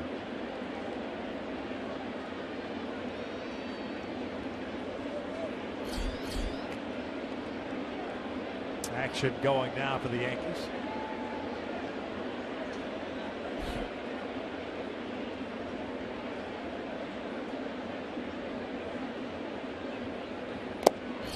Just below the knees.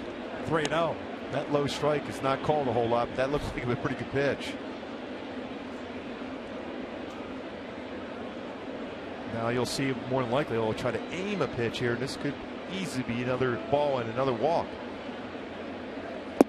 And it is. So back-to-back walks to start the 6th inning.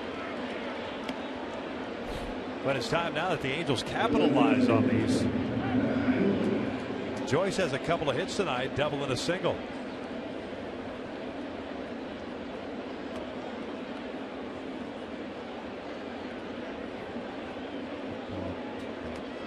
This is the time if you're Matt Joyce, the pitcher struggling to throw strikes, you just look for that one zone right now, inner half of the plate, hook one into that corner, see if you can get it out of here, and you're right back in the game.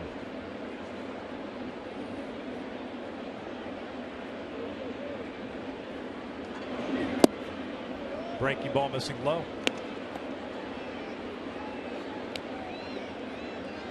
See Valdi kind of getting upset at himself. Double for Joyce in the 2nd inning.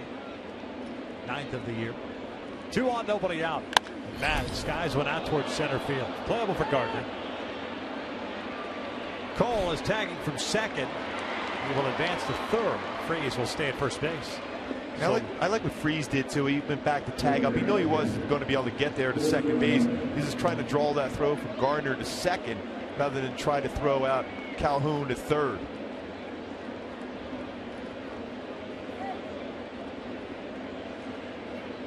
So Joyce flies out. And now it's Chris Iannetta, 0 for 2 tonight with a couple of strikeouts. Halo's 0 for 7 with men in scoring position tonight.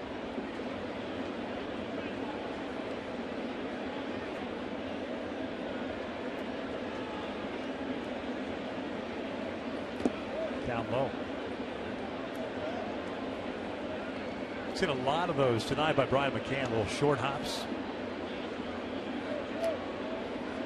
He's gone more to the backhand, try to scoop kind of style as opposed to dropping down and blocking pitches.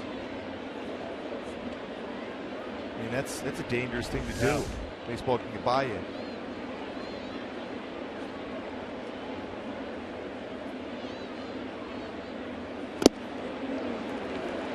1 ball and strike.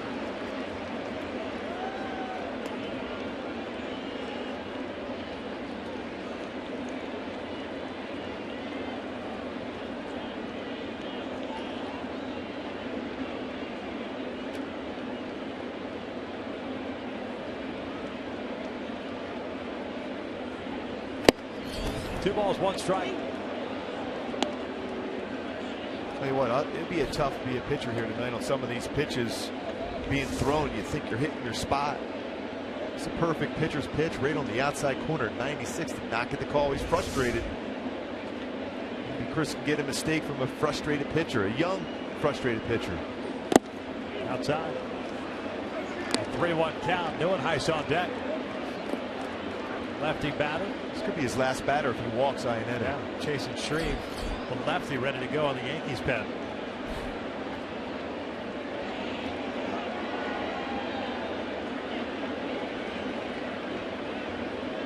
(3-1), and he walked him, so they are loaded up now. And here comes Joe Girardi, so that's going to be it for Eovaldi. Mike Scioscia will go to the bench himself now. One would think with the lefty coming into the game, that would be the case. So Shreve is coming on in relief. Pitching change here in the 6th inning. Yankees on top 5-0.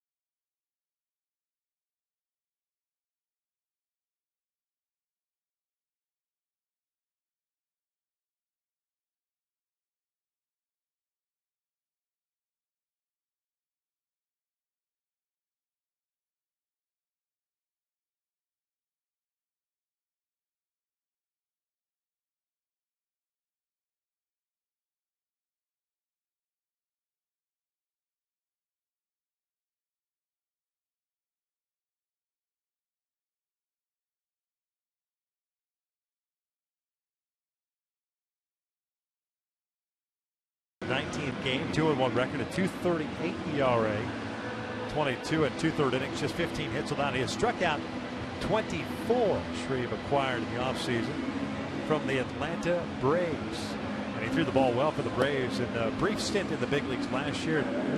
A nice pickup for Brian Cashman and the Yankees to have in the bullpen. Yeah, the Angels. Sorry, Joe likes to go to that bullpen quite a bit. The Angels don't really have much of an option as far as a bench to go to, as Eovaldi has thrown 93 pitches today, 5 1/3, 4 walks, 3 of which happened in the 6th inning. Trees fastball, not overpowering, 88 to 92 range, slider, very good slider, and also a split finger fastball. Neuenhuis this year 0 for 4 against left-handed pitching, a 159 career hitter against left-handed pitching. He has Calhoun at third, Freese at second, and Iannetta at first. The Angels left fielder 0 for 2. Grounded out his last time up. Here's the first one. Cuts through that one. No balls and a strike.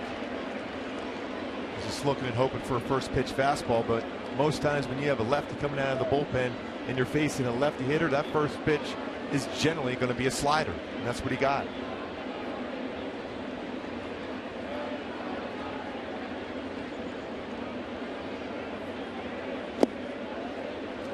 1 ball, 1 strike now.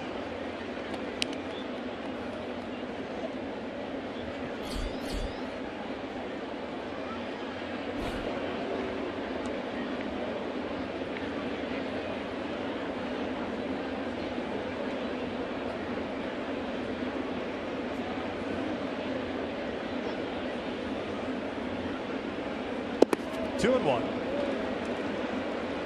And there's that dig out of the dirt by McCann. Reeve has not shown that he can throw his slider for a strike. And very fortunate enough to get that in the glove. That can deflect off the body and go a long way. And at least 1 run would score. 2 balls, 1 strike.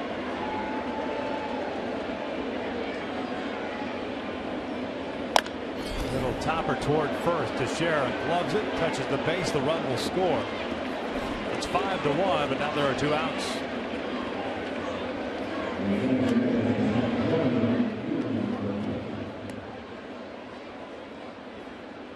Freeze over to third base side, headed to second.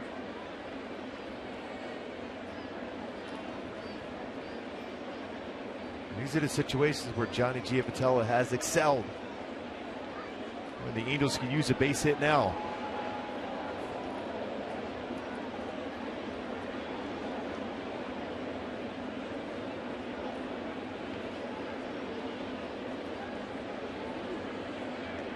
Giavotella for 2 with a strikeout and a ground out.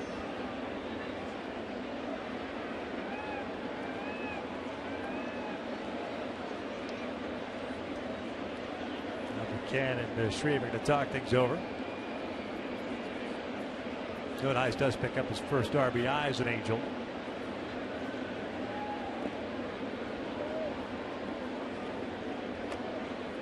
But the Angels still remain hitless with men in scoring position.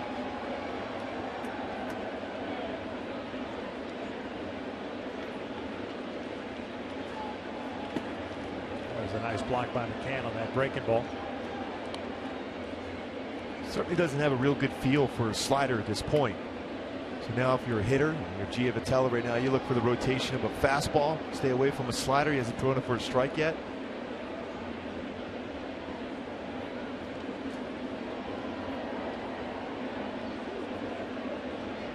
Second and third and 2 outs. There's an off-speed pitch for a strike. Eric Ibar on deck. 3 walks in the inning by Nathan Eovaldi.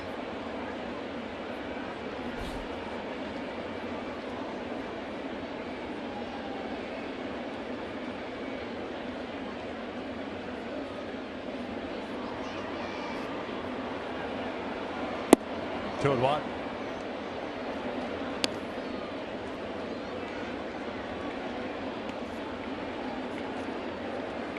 Long top of the 6th inning. Halos open to scratch out more at just 1 run. 5-1 New York. Especially with the top of the order coming up next after Giavotella.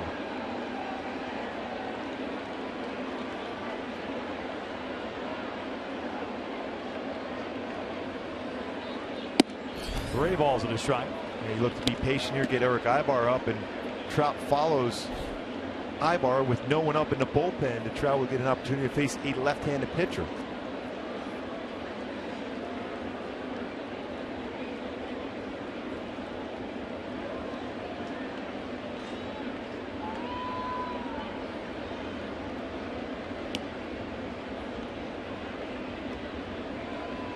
Three-one pitch. He will look at a strike.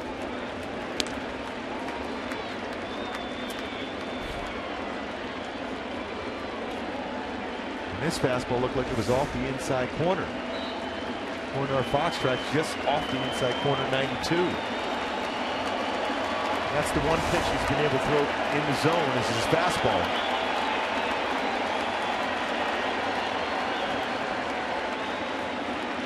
Here's the payoff. Giavotella fouls it off to the right. Mislocation. It would have been a strike. Had to fight that one off, and that's what Giavotella did. McCann was setting up inside to go back inside with that exact same fastball that was called the pitch before.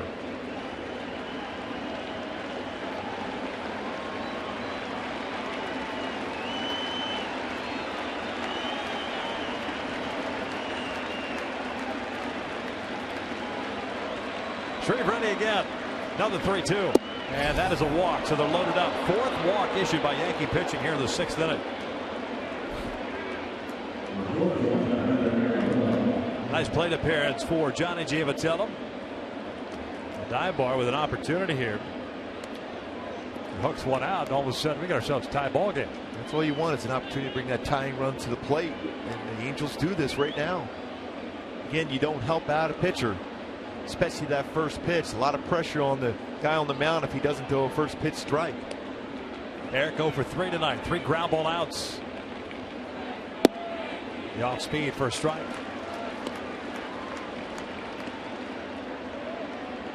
Ibar came in batting .302 from the right side of the plate. 13 for 43. Freeze standing at third base. I net at second, and Giavitello at first.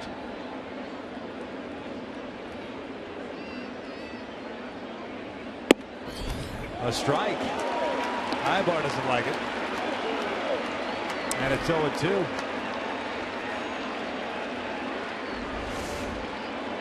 High strike gets in the upper part of the strike zone. According to our Fox tracks, though, he has called the higher strike as compared to the low strike. Now, if you're free, especially on an 0-2 count, look for that slider in the dirt. See if you can get a secondary lead and come around and score on a wild pitch.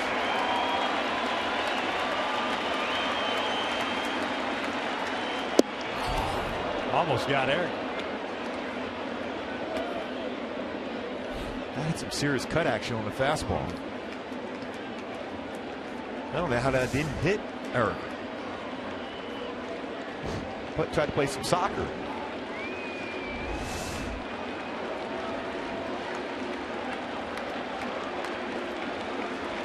One ball, 2 strikes. Shreve is ready. Glances back the pitch. And he gets Ibar to chase the off-speed pitch. McCann tags the plate. The Angels leave them loaded. They do get a run. We'll head to the bottom of the 6th inning with the Yankees up 5-1.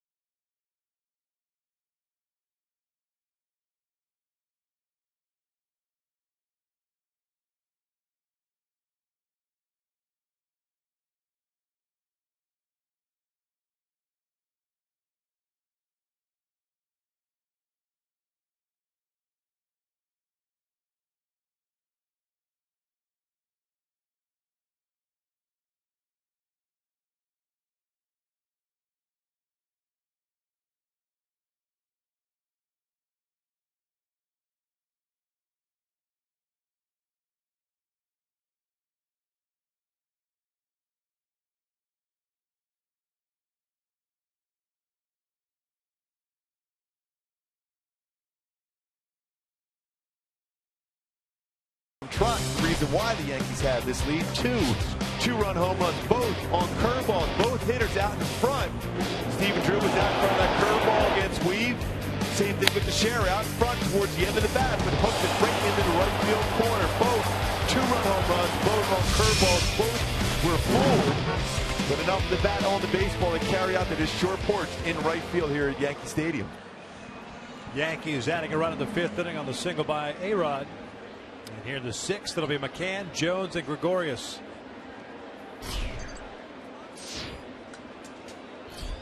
Brian McCann, 0 for 2. Twice has popped out to Eric Ibar.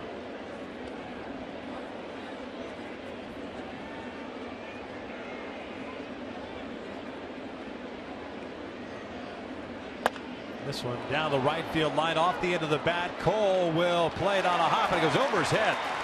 So McCann will advance to second with a leadoff double. 7th double of the season for McCann. We just hooked this one right down the right field line. We were going breaking ball, backdoor breaking ball. Just hooked it right down the line. We just showed you on the tools of the trade 2 curveballs that were middle part of the plate. Now went towards the outer part of the plate, out in front, but still hooks it down the line. Well, if I'm a left-handed batter, you got to love hitting in this ballpark. Oh, no That's why doubt. there's 8 of them in the lineup tonight against Weaver.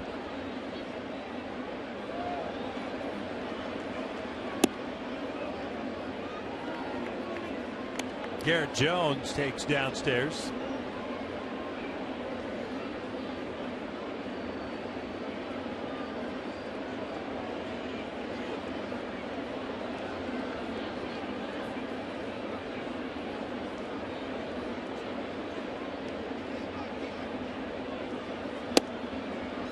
Two balls and no strikes.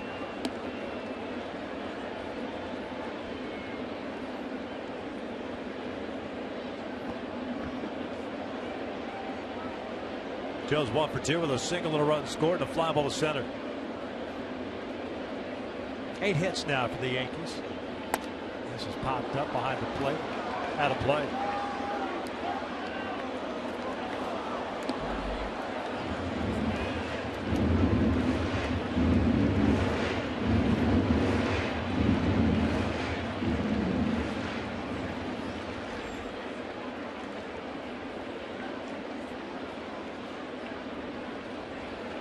Pitching for Weaver, 58 strikes, 2 punch outs, no walks. The 8 hits allowed. This one's pulled down the line, a glove by Pujols. Well, taking himself, 1 out. Nice play by Albert. Hopefully he's all right. He's kind of reaching for that groin area that's been bothering him of late. He's trying to run that off at this point. Very good play by Pujols. In position. Dives and makes a nice play. Looking for Weaver initially, but Weaver a little bit late getting over the cover, so Pujols has to take it himself. You always love the way Pujols has himself ready to that prep step. He's in position to be able to react both left and right on a baseball hit hard.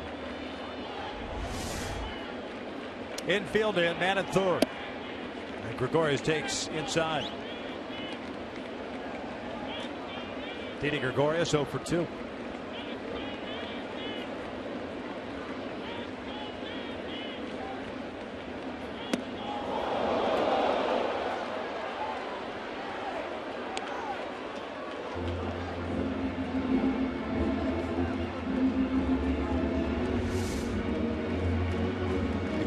Looking out over the plate, looking at anticipating either a changeup or a curveball.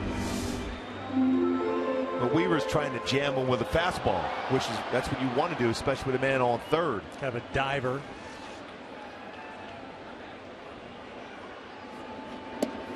Two and one. It's a lost start, really moving the hitter's feet, especially young hitter's feet. Especially in an RBI situation. You're thinking he's going to throw something off speed, break a ball. 3 and 1.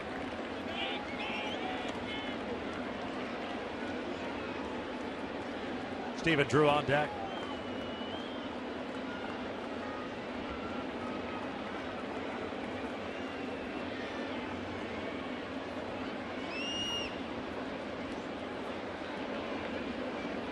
Breaking ball out toward left center field. Trout's there. McCann tagging. He'll come in to score. So the Yankees get that run back. It's 6-1.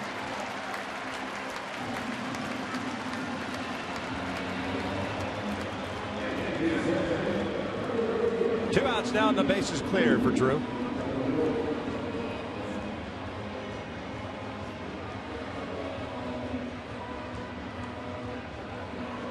So he's talking to Cesar Ramos, who won't come into this game unless something unravels here in the 6th.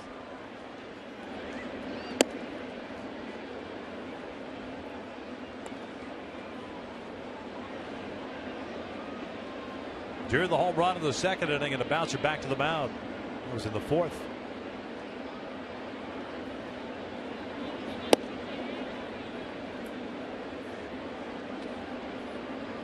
The Angels in the 7th inning have 2, 3, and 4 due up. Trout, Pujols, and Calhoun.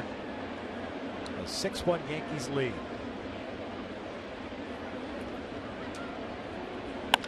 That's a jam shot out to right field. That ball's hit well, and that is gone. Steven Drew on a fastball in. Lines one out of here. And it is 7-1 New York. Second home run of the night for Drew. Third career home run against Weaver.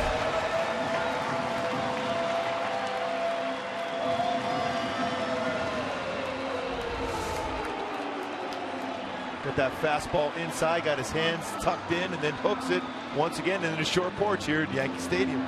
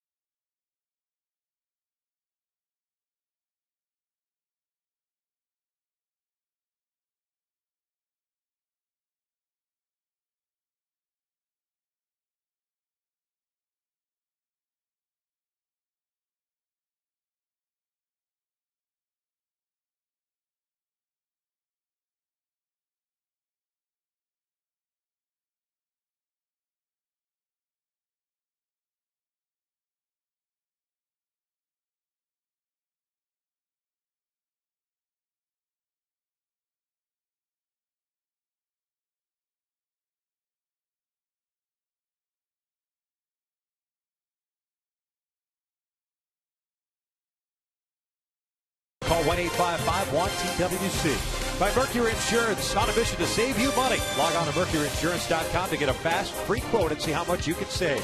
And by Hyundai, great deals on amazing cars are going on now at your Hyundai dealer. Visit buyhyundai.com today. Well, it's been all Yankees so far tonight. We are in the bottom of the 6th inning with 2 outs, and they lead it 7-1. Cesar Ramos comes into the ball game with 2 outs here. Nobody on to face Ramon Flores. 23rd game for Ramos. 2-0 record, a 2.57 ERA. Flores, the left fielder, 0 for 2. A pop up to third. And a fly ball to right. Tough game for Weaver. He had thrown the ball so well. 5 straight very good starts.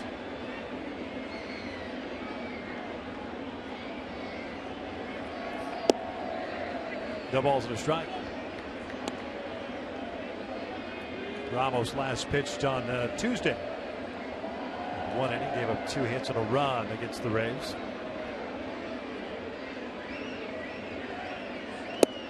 One ball, 1 strike.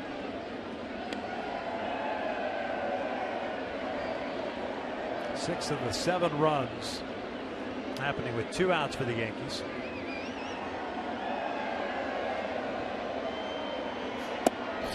Three and 1 now. The flip side is the Angels had 4 walks in the 6th inning and only managed to score 1. That's the thing, you have to take advantage of those gift base runners, especially in this yard. You're just 1 swing away at that point, tying the game. They got that 1 run without a hit. This is pulled to right field on a 3-1 pitch. Flores with a single. So it'll bring up Gardner.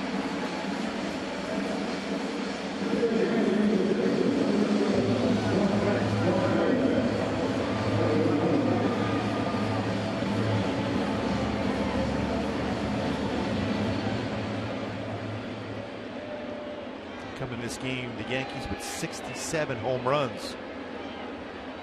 Only Houston with more, and it's 75. Team scores a lot of their runs via the home run. They've done that again tonight.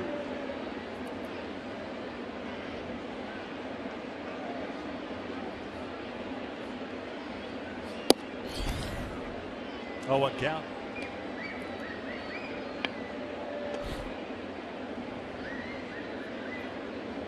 Well, the Angels now over the last 4 games, including tonight, are 4 for 30 with men in scoring position.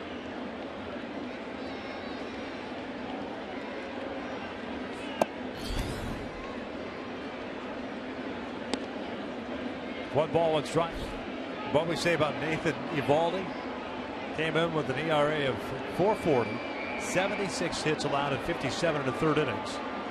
He limited the Angels to just 4 hits, but he got the run support.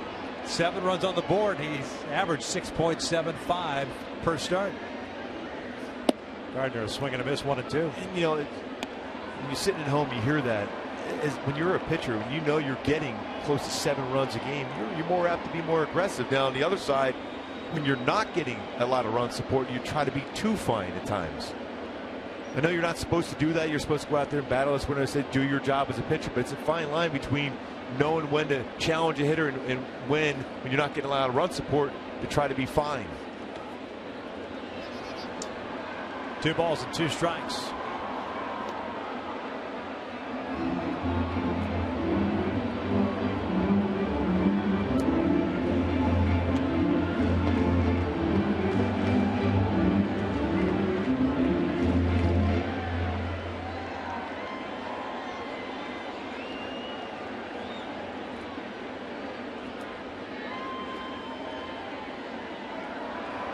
Two now. Chopper toward first. Albert takes it himself, applies the tag, and the inning is over. But 2 more runs in for the Yankees. We head to the 7th, and 7-1 New York.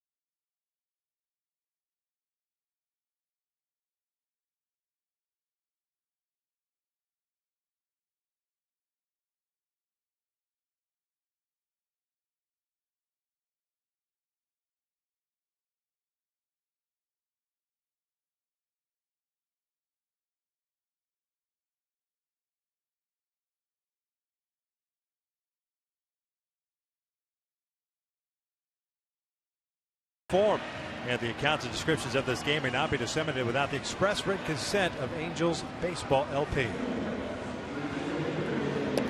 Top of the 7th. Yankees lead at 7-1. The Angels have Trout, Pujols, and Calhoun coming up to face Chasen Shreve. Come back to my Hyundai key for this game. Moment of clarity. The Stars, an opportunity with the Stars. The first 2 batters of this inning with Mike Trout and Albert Pujols both hit some mammoth home runs on the last homestand. We should try to get this offense going. Opportunities were there last inning, did not come through. Maybe this inning, the Stars get it started. Trout 0 for 2. Walked his last time up.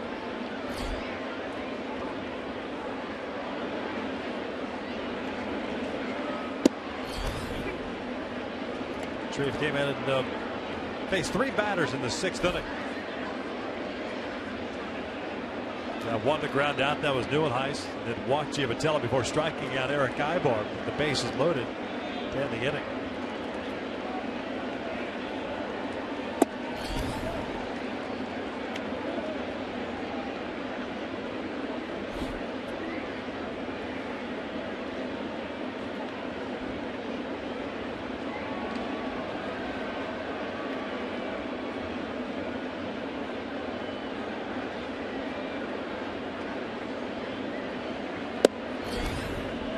Missed inside. 2 balls and a strike. Draft begins on Monday. Of course, everyone remembers Mike Trout, drafted high school in Millville, New Jersey. Set the state home run record that year, 18. That home run record was tied this year. He breaks his bat. Skies one to left. Flores in. There's out number 1, Ashton Barzell from Ramsey, New Jersey High School. 18 home runs to tie the New Jersey State School record set by Mike Trout, and almost hit number 19 on a deep fly ball to right. It's a lot of home runs for high school baseball, especially when you're playing not many games and you're dealing with some bad weather. They had a lot of bad weather early on in the spring. Got a chance to be a top pick. Could run like the wind, apparently. Big kid. So you're talking about another Trout. Well, I'm not saying that.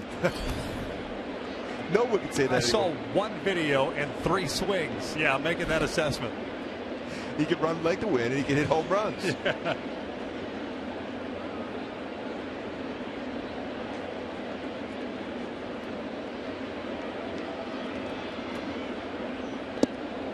Albert takes low for ball 2. Pujols 0 for 3. I believe the first 2 rounds are on Monday. And the draft continues on Tuesday, maybe even Wednesday, if I'm not mistaken.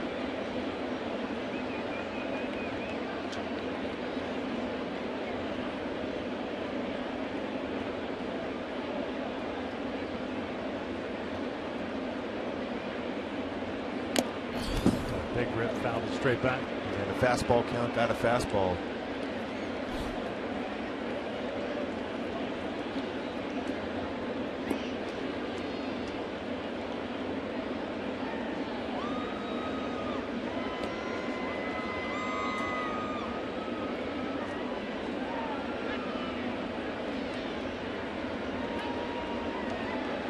Looks like Garrett DeSarcina is going to represent the Angels. I know David Cohn is going to be doing that for the Yankees. Yeah. Albert fouls it off to the right.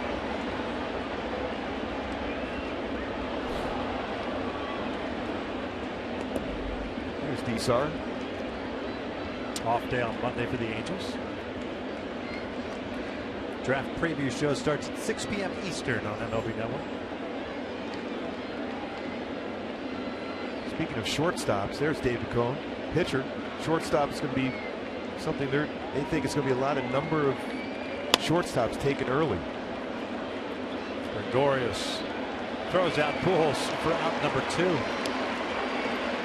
Hey fans, make your plans to hit the road with the Angels next month in Seattle. Enjoy a 3-game getaway and see the Emerald City in an exclusive way. For more info and to book your trip, visit angels.com/vacation. Vacations. The kid's name out of Vanderbilt, supposed to be perhaps the consensus number 1 overall pick, shortstop. So I think I was watching MLB Network. They got a chance potentially. They can go 1-2. Vanderbilt does 1-2 at the draft. There's a pitcher out of Vandy also. That's never happened before out of college. Yeah. First 2 picks of the draft going to teammates. Remember, what was it, a few years ago when Bryce they had 3 pitchers, but they were not all the top 3 picks. Right. I think they were in the top 7 or 8 though.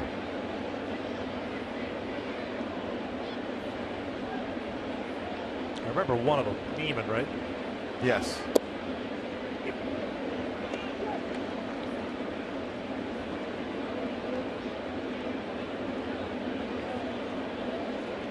I think the other guys can't. So we just saw David Cohn over there representing the Yankees. We were both drafted the same year.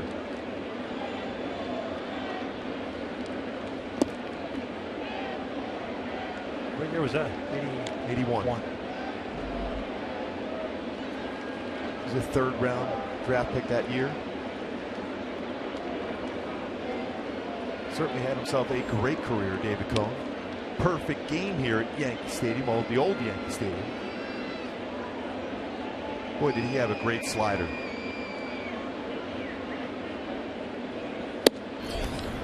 Outside.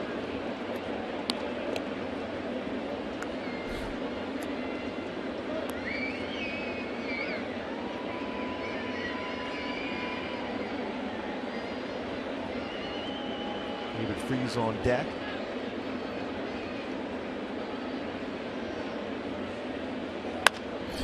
Bouncer over to Teixeira. Shreve covering. The Angels go down in order here in the seventh. Head to the bottom of the inning. It's 7-1 New York.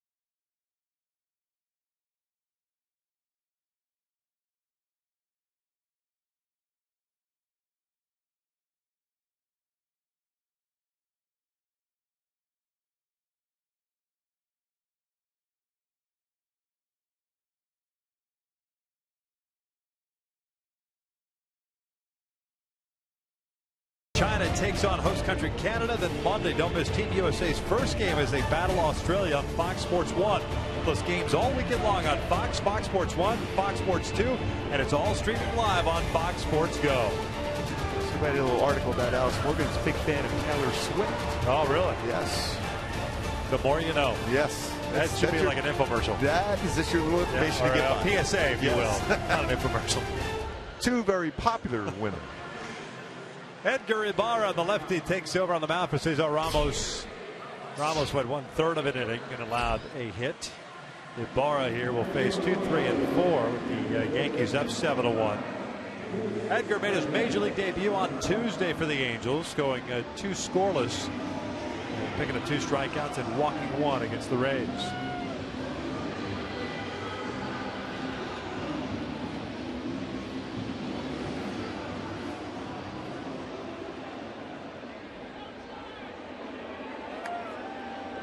Chase Headley to lead things off. He's 0 for 3.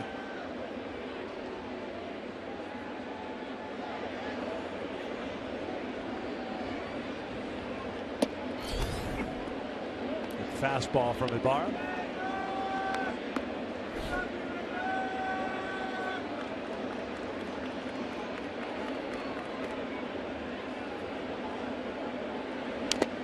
Foul back 0-2. So such a great story for Ibarra to make it up to the big leagues after all those years in the minor leagues. 26 years of age, native of Venezuela.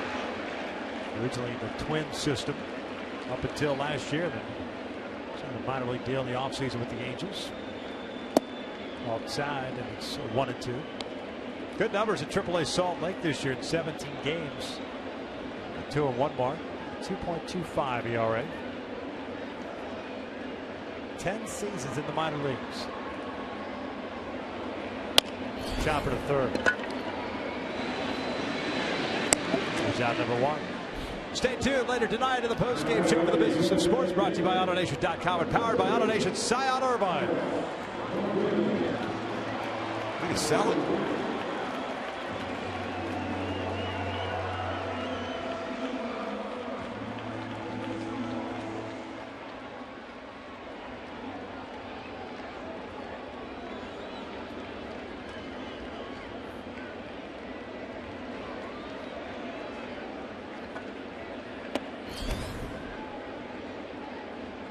Rodriguez with that base hit RBI, his last at bat, now second all time in RBI. Was tied with Barry Bonds.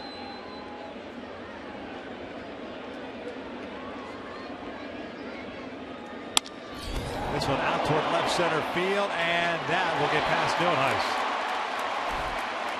Rodriguez jogging into second with a double, his third hit of the night. Talked about the power numbers in his career adversity. He was also batting average, 320 hitter coming into this game. Now 164 RBI. Fastball that ran the middle of the plate. Alex Rodriguez got down and got that ball by Neuheis in left center field. So Teixeira will bat here with a man on. 1 for 3 game for the Yankee first baseman. 2-run home run in the third.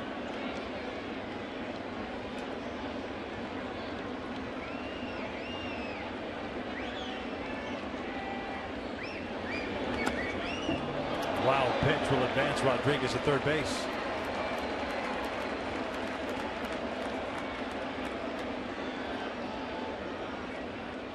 The Angels will play their infield in now.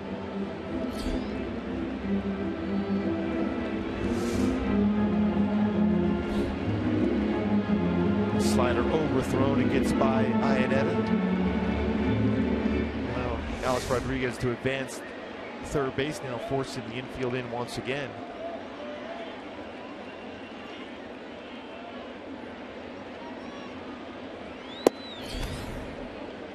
Two balls, no strikes.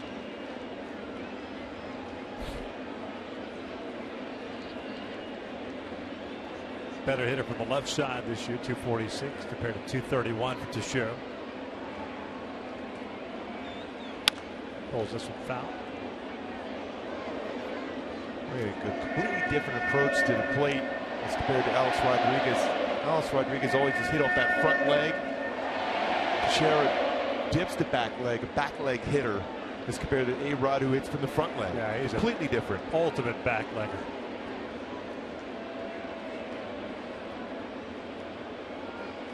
Chopper towards second. Giavotella has it.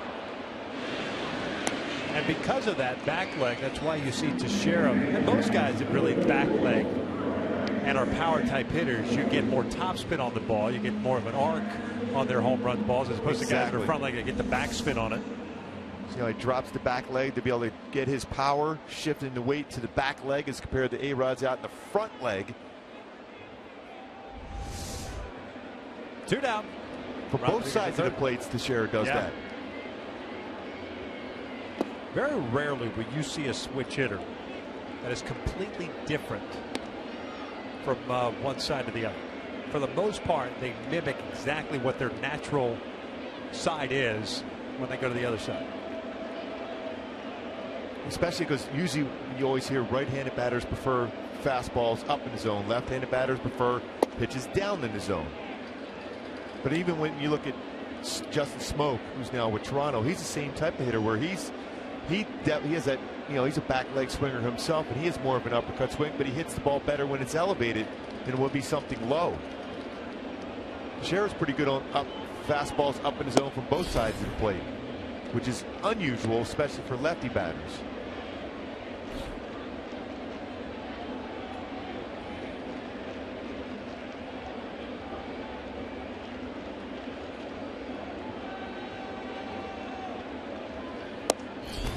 Three balls and a strike.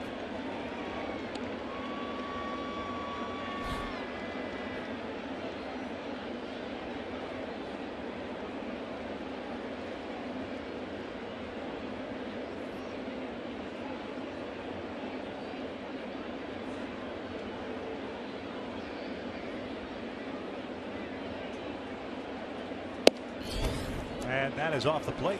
So a walk to Brian McCann with 2 outs here in the 7th.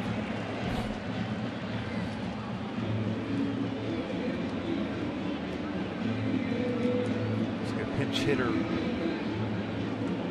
Garrett Jones.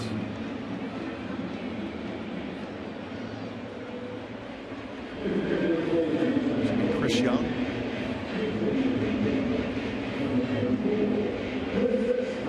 Garrett Jones finishes the night going 1 for 3.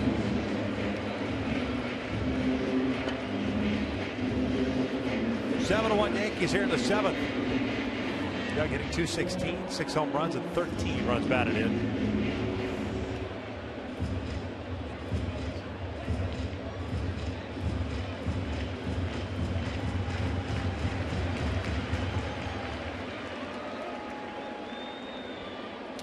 Mike Butcher's going to go out and have a conversation. It's all about a scouting report for Young to go attack him with.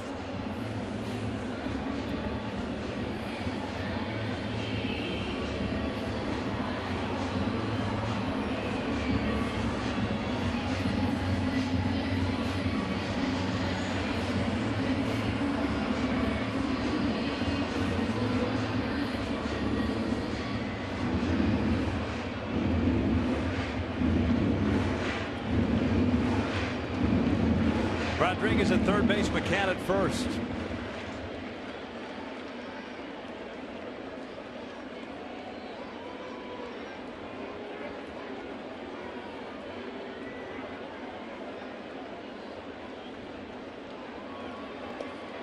Breaking ball to dirt. Nice block by Iannetta.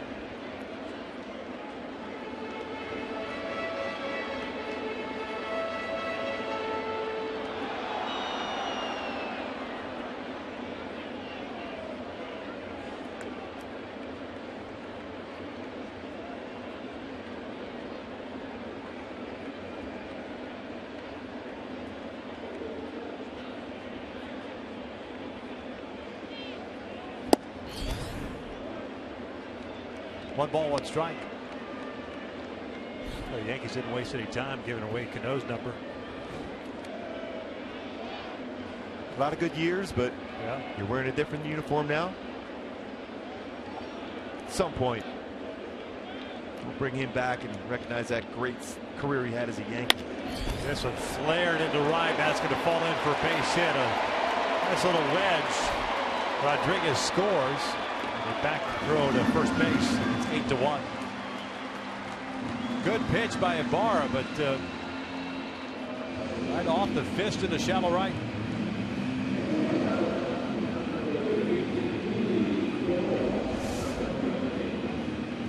He got that fastball in, and he just flared it right over Albert's head for an RBI single.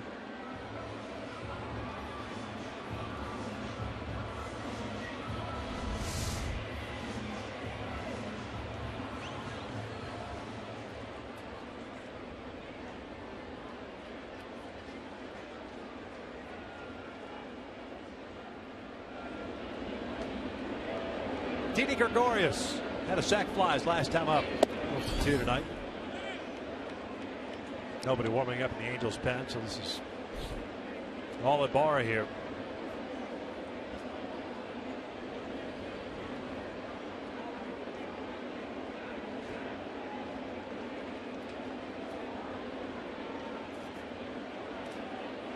Bouncer foul, and it's 1 ball, 1 strike. Yankees have a left-hander getting ready. Jacob Lindgren. Halos have Freeze, Joyce, and Inetta due up in the game.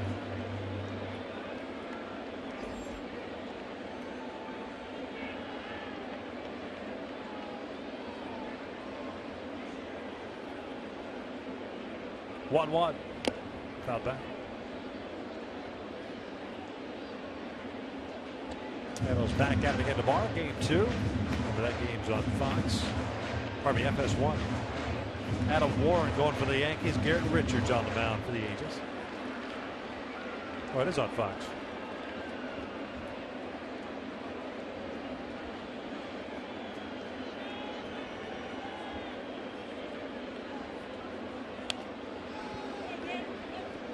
It's a 4:15 p.m. Pacific time. First pitch.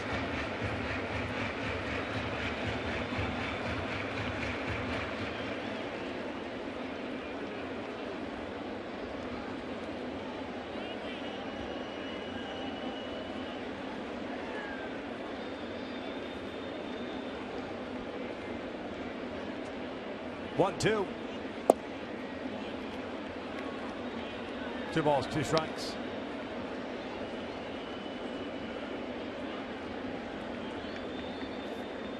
.23 pitches thrown by Edgar Barr. They have to double to Rodriguez with 1 out. Got a ground out at the infield end, but then it walked to Brian McCann. And now one misses outside. Full count. Means Young will get a head start at first base. Pool's playing behind him already.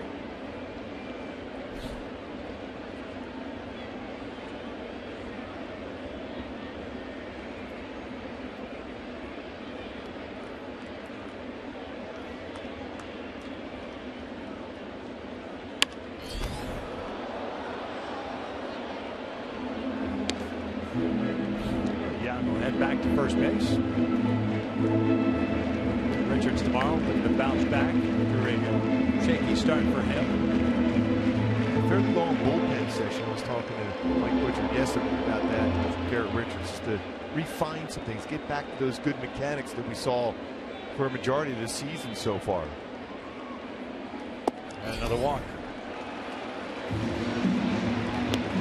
So they're loaded up now.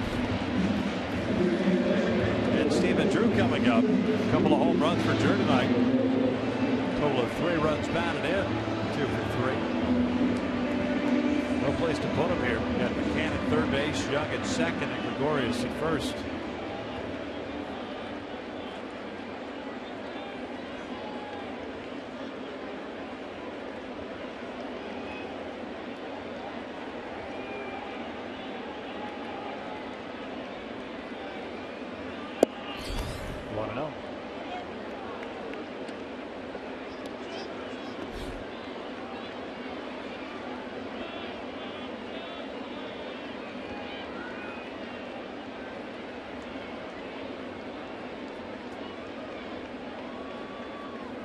This one pulled foul. Nice catch down there. Nicely played. He's ready to make the play.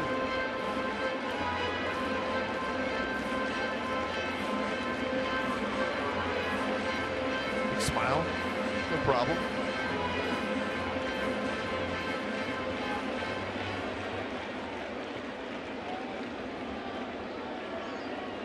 One ball, 1 strike.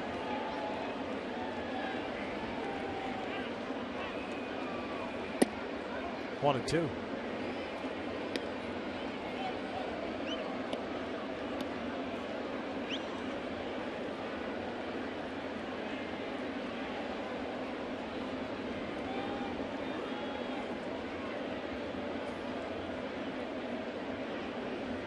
Here's the 1-2 on the way. Drew pulls this one to Pujols.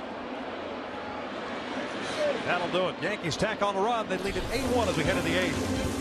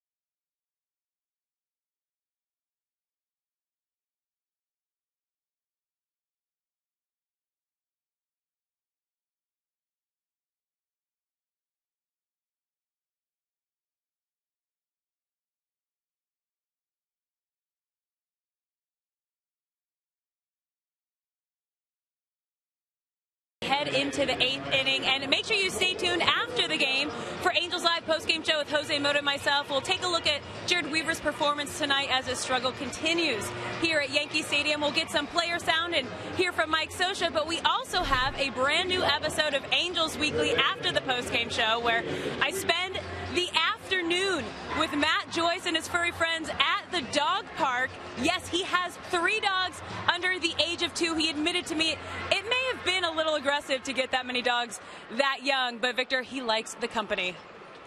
That's good. Hopefully they can provide some runs for the Angels tonight as they trail it here 8-1 as we start the 8th.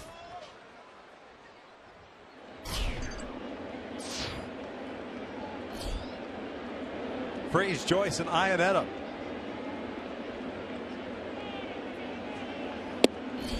Jacob Lindgren on in relief. 5th appearance of the season. Lindgren fastball, 87-93, and a slider. Throws quite a few sliders.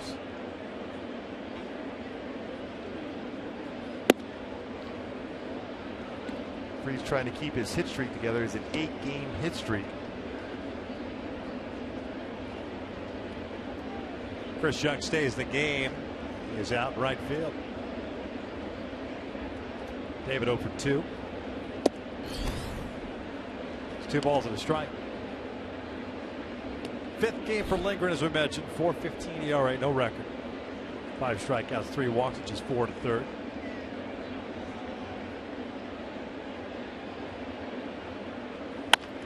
Ball to second. 1 down.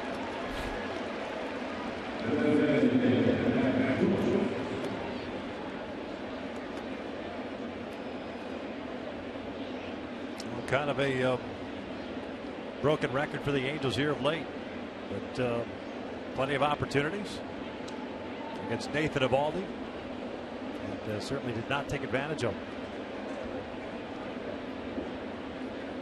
Especially how high even Albert Pujols was in that homestand, especially with the power numbers.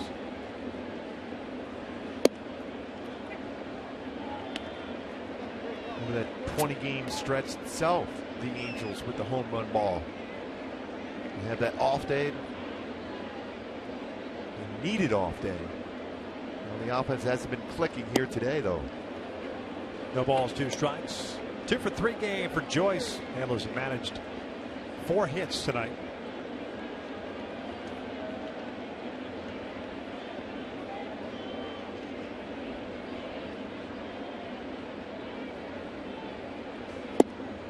Joyce goes down swinging, 2 outs.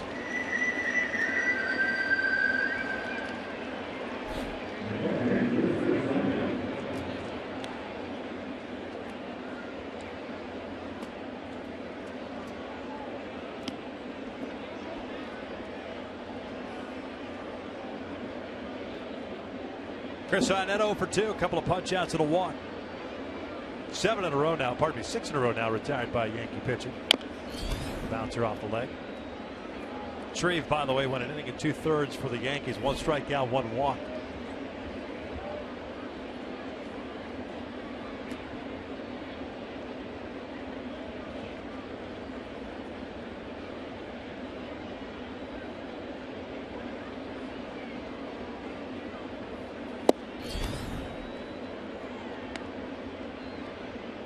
Pretty good slider there by Lindgren. He throws a lot of them.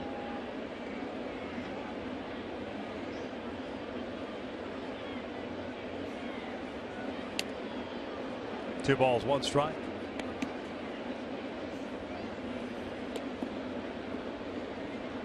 Houston lost tonight 6-2 to Toronto. Texas leading Kansas City 2-0. That's at Kauffman Stadium. Top of the 6th inning.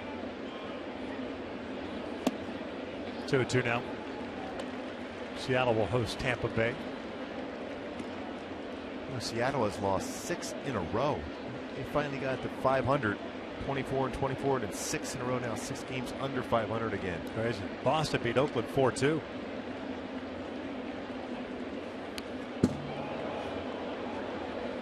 Full count now.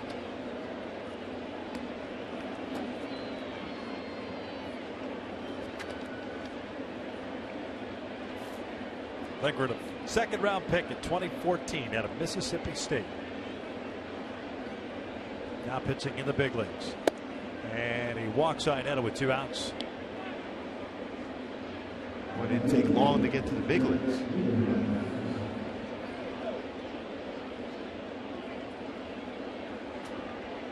Seems to be kind of the MO quite a bit nowadays, especially with college pitchers. It's not a really bad idea either to bring them up there, especially start them out in the bullpen. And then eventually, if you're going to be a starter, then they can get acclimated to the big league, not only to life, but to be able to face big league hitters. Different situations, ballparks, mounds. Pitching in front of 50,000 fans.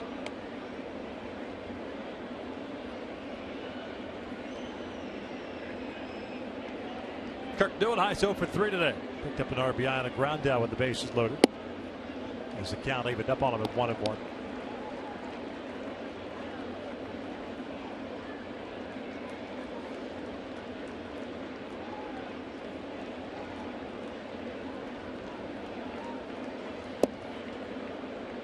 Kind of an odd delivery, almost like he stumbles when he delivers the baseball.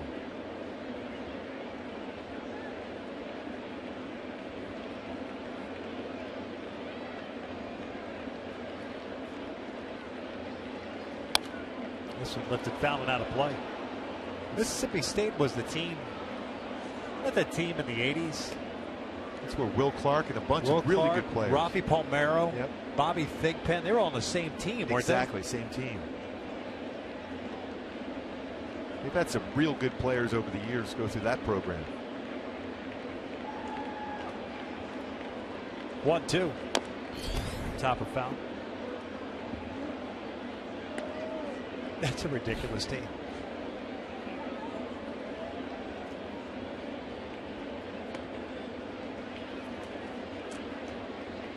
Each passing year, though, it seems like where it used to be kind of that California and into the South, Arizona, Texas, Florida. Now it seems like a lot of good college teams everywhere. Neuenhuis goes down looking, especially the SEC. Yeah. Well, into the bottom of the 8th inning, it's 8-1 New York.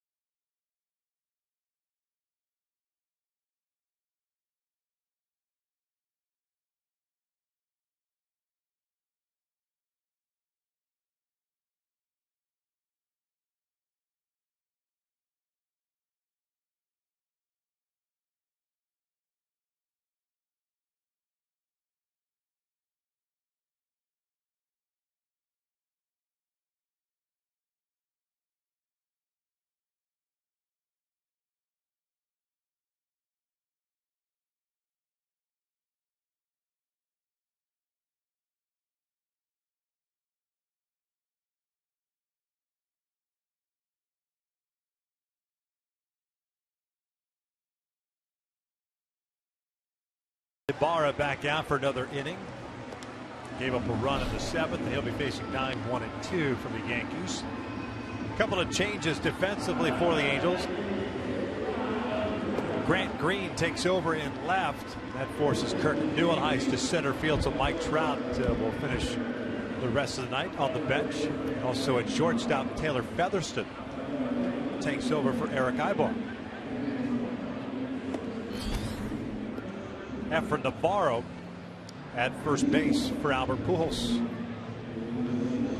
Those are all the changes for the Angels.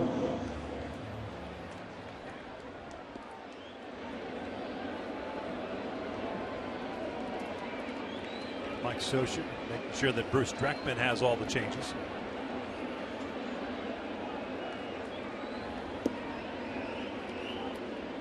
Assume that the changes are straight up. We'll see.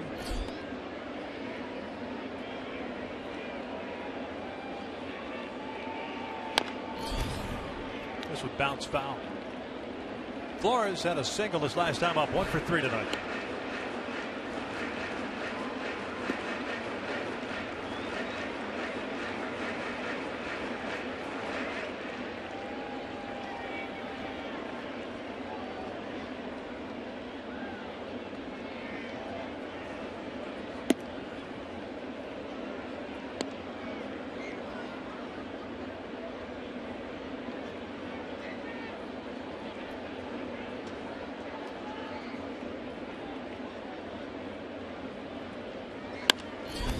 Down the left field line, slicing out of play.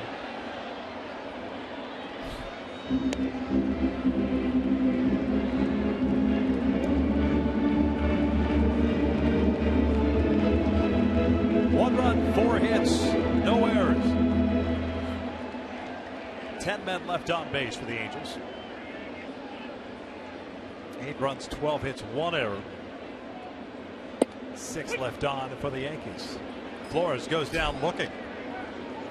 1 down. I think Bruce Dreckman may have forgotten how many strikes there were, because that was kind of a quick third strike call. Nonchalant call.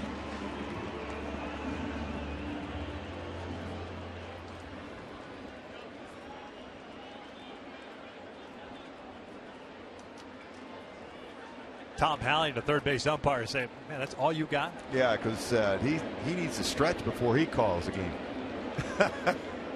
Hallian's got one of the all-time great calls. It's like the Naked Gun strikeout call. Without the moonwalk. Yeah. The Angels will not have I know, we missed him. I know. I'm sure the hitters aren't all that upset, because he likes to, anything close, better be hacking on the third strike.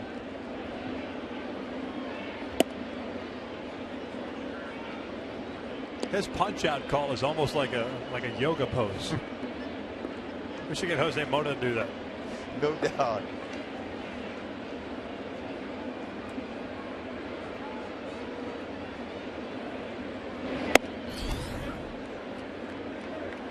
Two balls, 1 strike. Brett Gardner 2 for 4 with a single and a triple, 2 runs scored.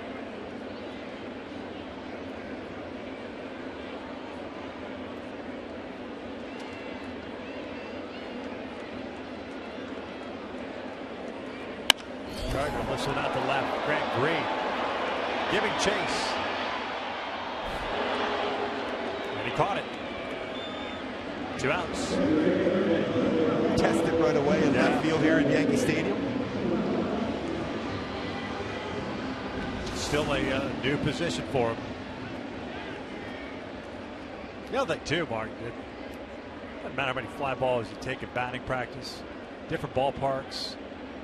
Ball comes off the bat, not differently, but the atmosphere, it's picking up the baseball out of the line. It's still kind of a learning process for Grant. And when it gets above the stadium here, the baseball drifts a little bit differently here, especially out when you're out as a left fielder. Grant's played a number of different positions, both at AAA now here in the big leagues with the Angels this year alone. This one lined to center. Headley with his first hit of the night, 2-out single. Keeps the inning alive for Alex Rodriguez, who's had a 3-hit game. Would you put your best, I shouldn't say your best, outfielder. But in this instance here, much like Fenway Park, right? Left field is kind of like you put a body out there because you've got the wall. You want your best guys in center and at right. At Yankee Stadium, it's the reverse. Yeah. So it's almost as if you'd want Cole to play left field. It's a more difficult field. Right. Especially like we'll see it even on Sunday. The way the baseball, when it's hit up in the air, and left fielders really have to work hard to get back on that baseball, and it's going to start drifting towards center.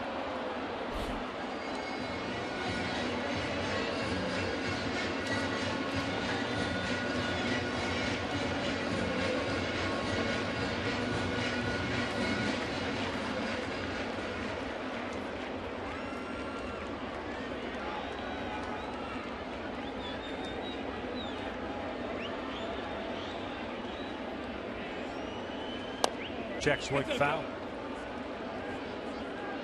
The thing about having someone switch like that is familiarity with the position. It's a lot different playing left field than it is right. Ball comes off the bat. Especially when we saw that for Brett Gardner, left-handed batter, the way the ball will tail back towards you. Right-handed batter will go away from you. So the coach can hit you plenty of fly balls, but it's going to be different off the bat, depending even on who's pitching. Yeah. You can't. It's difficult to replicate the fungo fly ball. Yeah, exactly. Or I should say an in-game fly ball with a fungo. You almost have to, if you can, in an early workout, simulate it where you're in the outfield during early batting practice, say, and just get reads off the bat. That's your best way to be able to get a better read as an outfielder, especially with not a lot of experience. 2 balls, 2 strikes. 2 outs here in the bottom of the 8th.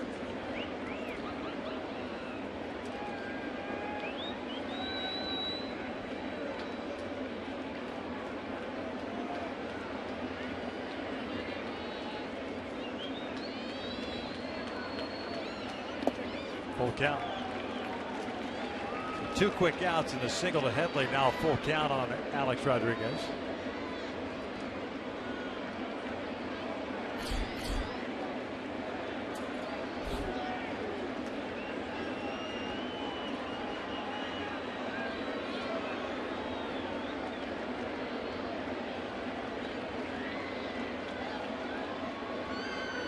This one pulled left, a base hit. Headley advances to second, so a 4-hit game for Rodriguez. 3 singles and a double.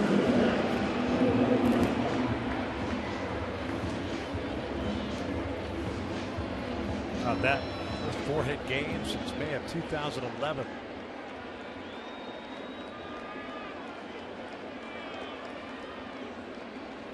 And even talking to David Cohn about him earlier today, he said he's really comfortable in that DH role, knowing he's not going to play a whole lot of defense, whether it's third base or first base. Just knows he's going to have to hit that day, and he's been swinging the bat well for the Yankees this year. As Jarrett grounds one to short, Featherston will feed Giavatello. Rodriguez forced out. We head to the ninth. Halos have 9-1-2 coming up, down 8-1.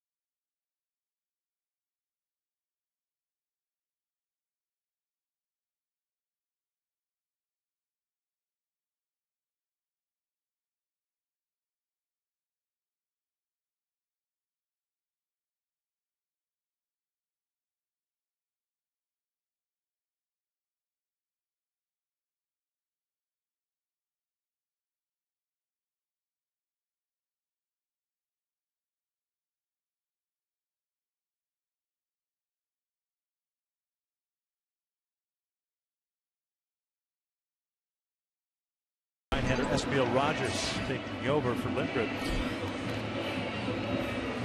Rogers pitching in his 17th game, 1-1 record, a 4.94 ERA, 31 innings, 32 hits, 29 strikeouts, and 13 walks.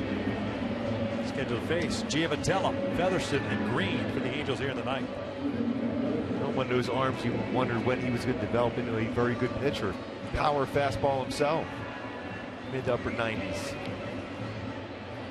Never really able to put it all together. A lot of promise. Now working out of the pen for New York. Johnny Giavotella tonight 0 for 2. A strikeout, a ground out, and a walk.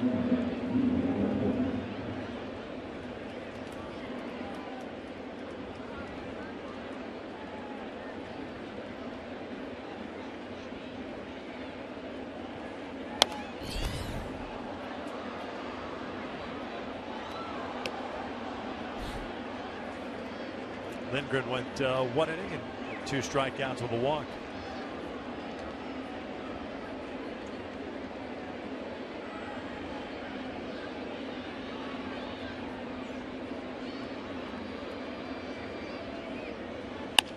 This is back up the middle, a base hit. Leadoff single now for Johnny. Puts a man on for Featherston.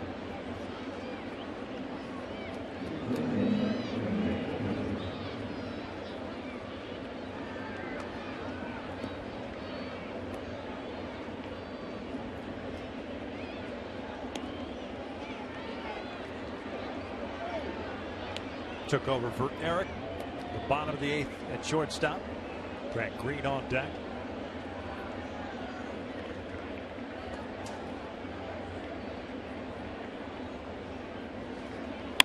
And Featherston gets into one of deep left field. This one's got a chance, and it's off the base of the wall. Giavotella on his way to third, and Taylor Featherston with his second major league hit. It's a double. But runners at second and third with nobody out. So close to his first career major league home run in Yankee Stadium. Freed up against the wall. Jumped on this fastball, got his hands inside that baseball, tucked his hands in and got the bat head out. It almost hit this one out. One hops the wall. He's got to learn to pull it a little bit more. Down the line. That's out if he does. First extra base hit. Or have that same type of carry it would be in the right field. And Green takes inside for ball 1.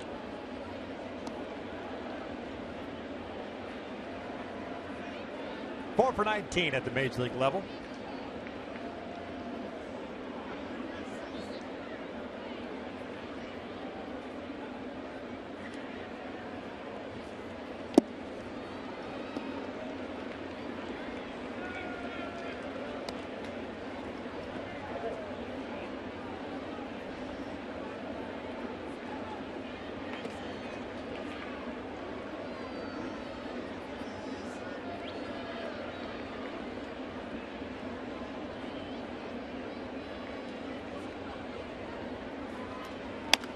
It's a pop-up on the right side of the infield.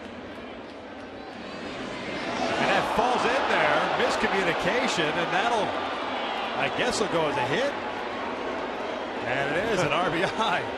It's a well-placed base hit for Grant Green.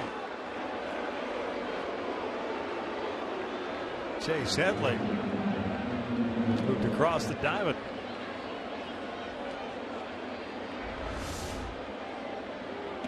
And the last second got out of the way. That'll make a pitcher feel real good about that one. You think you might be able to sneak out of there, maybe not give up a run. Instead, you got another hit and an earned run out of it.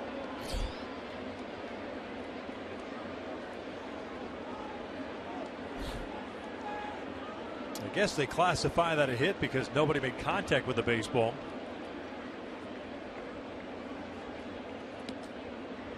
And an RBI. Wild pitch will advance the base runners to second and third.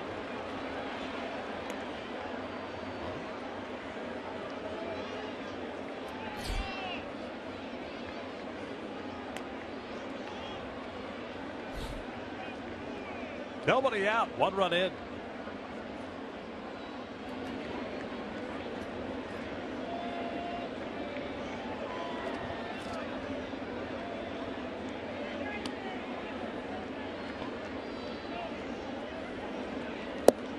Breaking ball.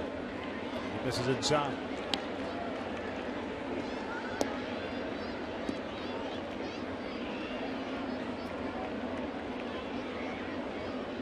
Cole Calhoun on deck. Effort batting in Albert's spot as he took over at first base in the bottom of the 8th.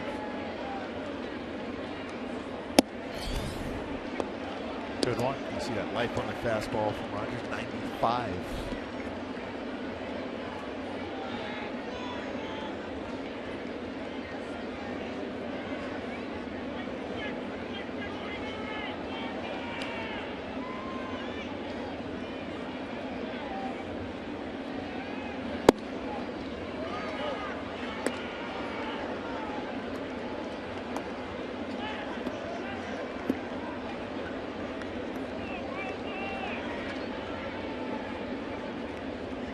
Dylan Betances, closer for the Yankees, lightly playing catch. 3-1. And they're loaded up for Calhoun.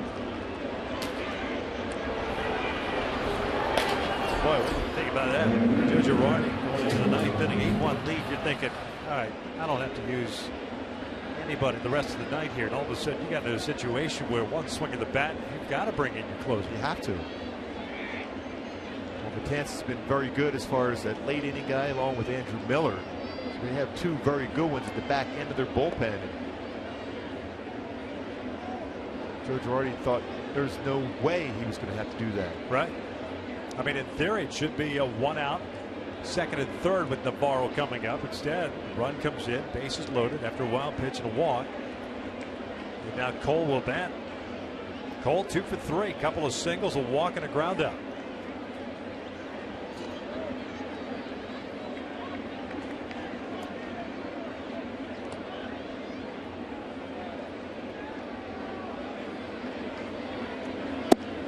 Breaking ball for a strike.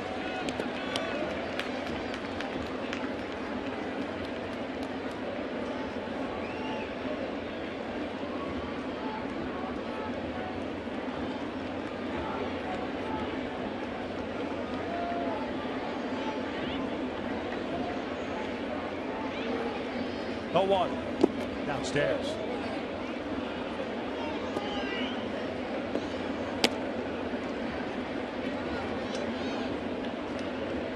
Cole can get a base hit here or work a walk, all of a sudden this gets real interesting.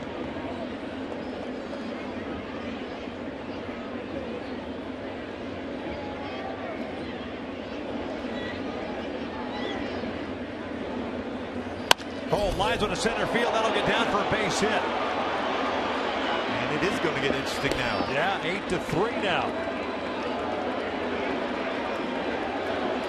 And here comes Joe Girardi. So he is going to go to his bullpen here to bring in his closer. So a pitching change here in the 9th. The Angels have scored a couple of runs, looking for more. 8-3 New York.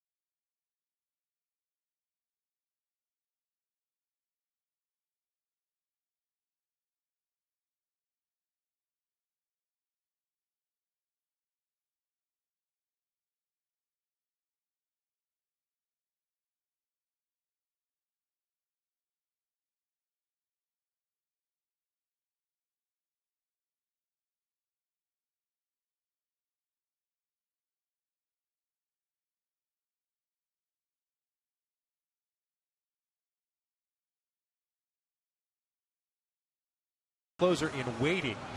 Andrew Miller's got the bulk of that duty. In the ninth inning, he comes in with the bases loaded and nobody outs. But look at that, no earned runs at 29 in the third innings this year. He's allowed 3 runs, all of them unearned. 10 hits, those 29 in the third innings. He'll be facing David Freese. Power fastball, 94 to 99. Also will throw a slider. Occasional curveball, but not many of them anymore. Everything's firm out of the bullpen.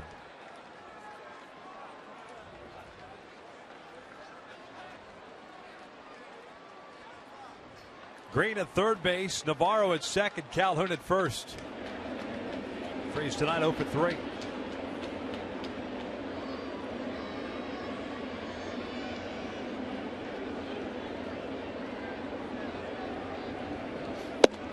Got it in.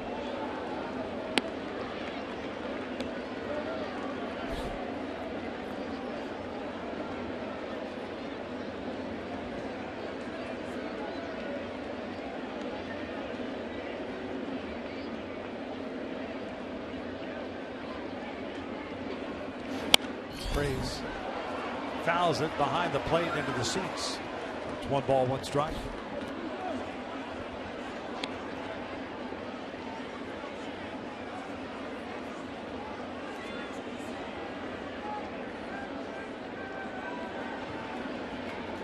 Betances with 5 straight multi-strikeout appearances, 14 Ks, over 5 1/3. Slider, 1-2.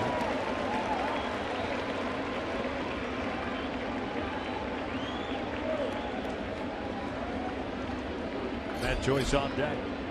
8-3 here tonight. Just try to shorten up your swing if you're David Freese. Trying to get on base somehow. Front door slider misses down and in. 2 balls, 2 strikes.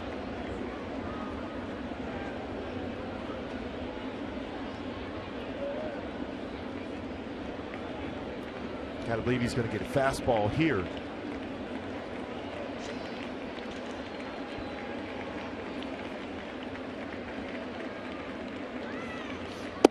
That almost got him. Full count. Surprised he threw a slider. Yeah. All 3 base runners belonging to Esmiel Rogers.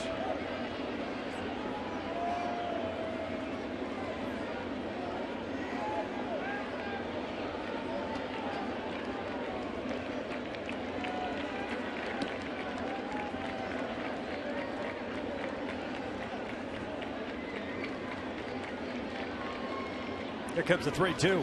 Freese lines up back up the middle, a base hit. That will score 2. Calhoun will round second and head to third. And it's an 8-5 game. The tying run coming to the plate. In this ballpark, no lead is safe. And the hit streak now at 9 for Freese, driving in 2 with that base hit. He got the fastball to shorten up his swing. Base hit using the big part of the field up the middle for Freese. Now you have 3 shots potentially tying the game here.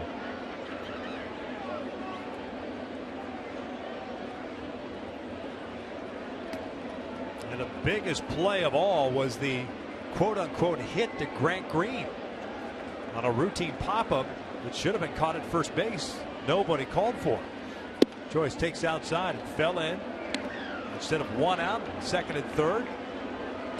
Run came in, and it's just kind of opened up the doors for the Angels here in the ninth.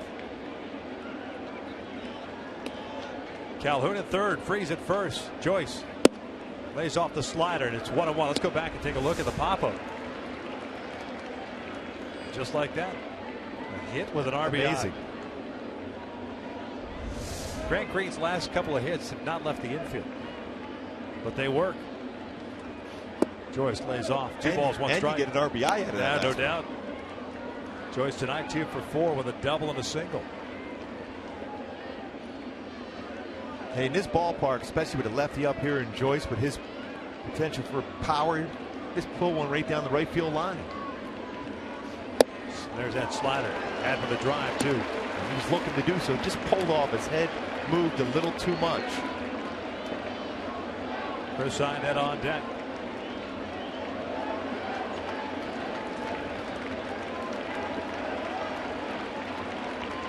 2-2. Outside, full count. He's not been able to locate that fastball. The slider's been pretty good. It's also somewhat of a flat slider, especially go right into that zone where Joyce can get a hold of it. Matt Joyce with 5 career home runs here at Yankee Stadium. 3-2 pitch. Joyce lays off, and they're loaded up for Iannetta. Tough pitch to lay off of.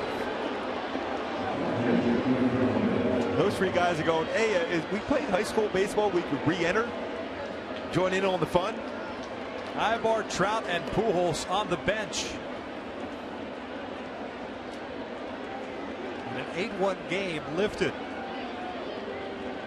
And in their absence, they've scored 4 times, have them loaded. And Chris Iannetta, the 8th man to bat here in the 9th. Fastball in there for a strike. And no outs. Yep. But there was one pitch for Chris to pull the trigger on. Remember, he had one earlier in the game, too. Similar first pitch fastball. 2 punch outs, 2 walks for Iannetta. 8-5.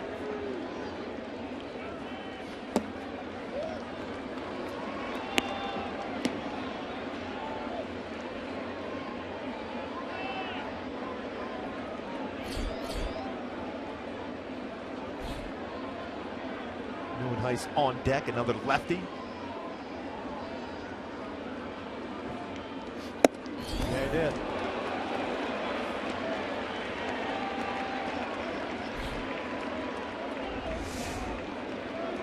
Chris was guessing fastball. He got a fastball, but that fastball had running action on it. He could not hold up on the swing. No question when.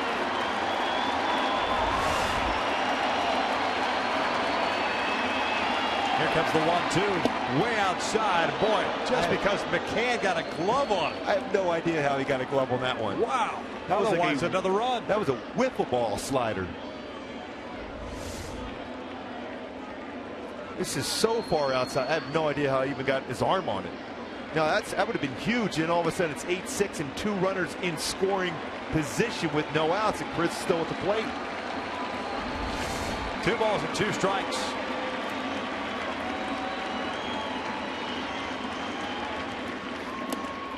Lays off the slider. And another full count.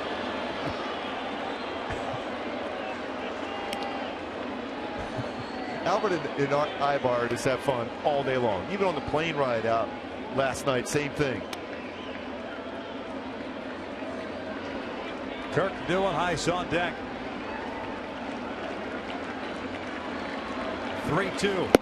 And he walked in a run, and it's an 8-6. Bases still loaded and nobody out.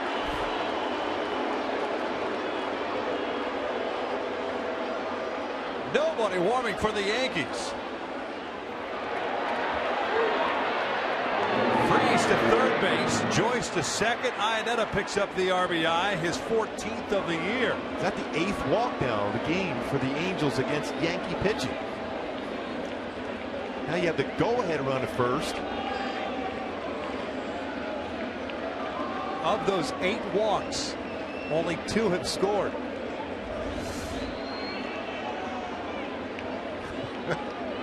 They're cheering them on. It's usually the other way around. Those fellows are cheering on those 3. Well-paid cheering section. Yeah, yeah, it is. 5 runs in, and here's Kirk Neuenhuis. The book closed on Ismael Rogers now. All 5 of these runs charged to him. He didn't retire a batter. Down low. 1 ball, no strikes. It's amazing how small that plate gets when you start to aim the baseball. But right now, if you're Neuenhuis, this one zone, that's all you're looking for, a zone to do damage. Otherwise, put even more pressure on Betances and not chase anything out of the zone. Neuenhuis 0 for 4 tonight. Picked up an RBIs. 3rd at bat. On a strike, 1-1. Eric Ibar saying that pitch is down. Bruce Dreckman certainly hearing it from the Angels dugout. Johnny Giavitello, the man that started it all with a single up the middle, is on deck. 8-6, nobody out, bases loaded. Neuenhuis lays off the slider. 2-1 count. Boy, don't you believe he has to get a fastball here?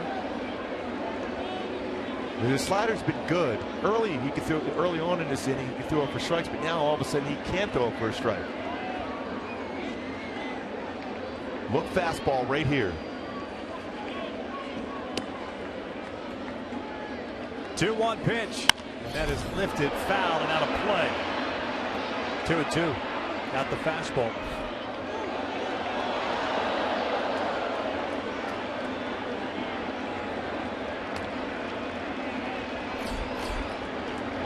Wilson now loosening.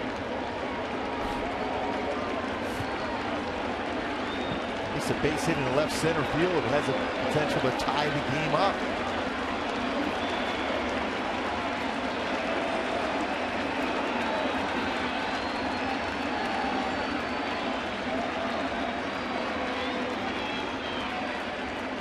Now the 2-2. Neuenheim strikes out, swinging, one down.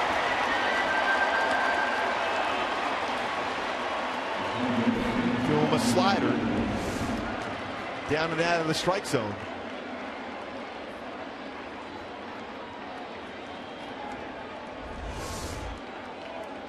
So 1 out now, bases still loaded. Johnny Giavotella at the plate. These are his times where he shines, that's for sure. 1 for 3 tonight. A single and a walk and a run scored.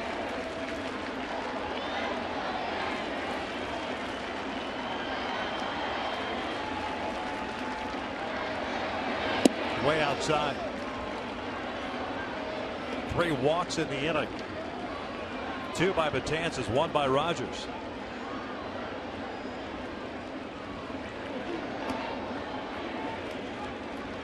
The opportunities have presented themselves to the Angels this entire game.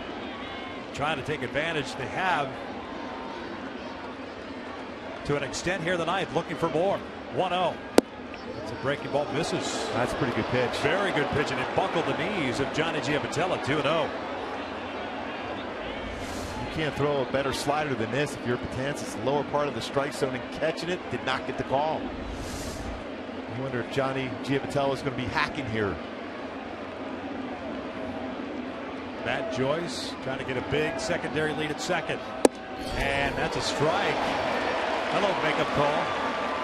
That was nowhere near the zone. 2-1. Even when you have the catcher reaching that way and it got called. Still a very good count to do some damage for Giavotella. Base hit, probably because of the lead that Joyce will be able to take at second, could tie it. 3 balls and a strike. Taylor Featherston on deck.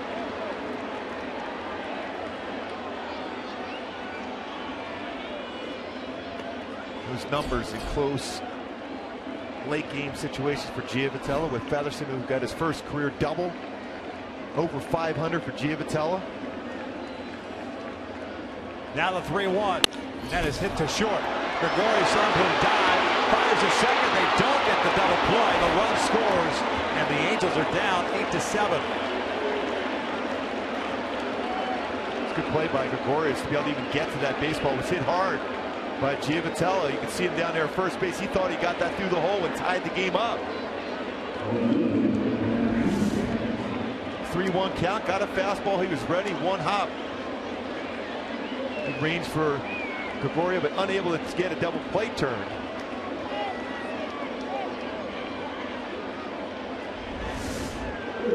Carlos Perez to pitch in.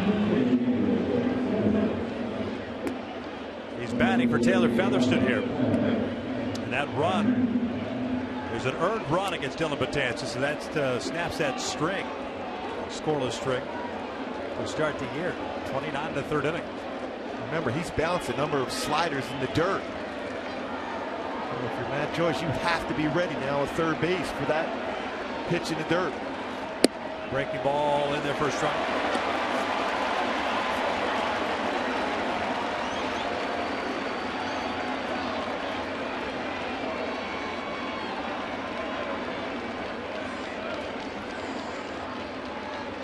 Oh, 1. Missed in. 6 runs in here in the 9th inning.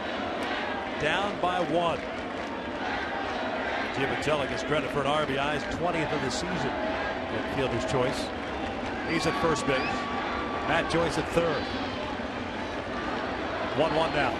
Upstairs, 2 balls, 1 strike. Well, he is guiding his slider. No doubt about it. So that tells you that if he's getting on top, he's probably going to throw another slider, that he might overthrow this one. 31 pitches, 13 strikes, 18 balls. Very unlike Dylan Betances. Here's the 2-1 pitch. Breaking ball, chop foul off the body. It's 2-2 now. Boy, hanging breaking ball.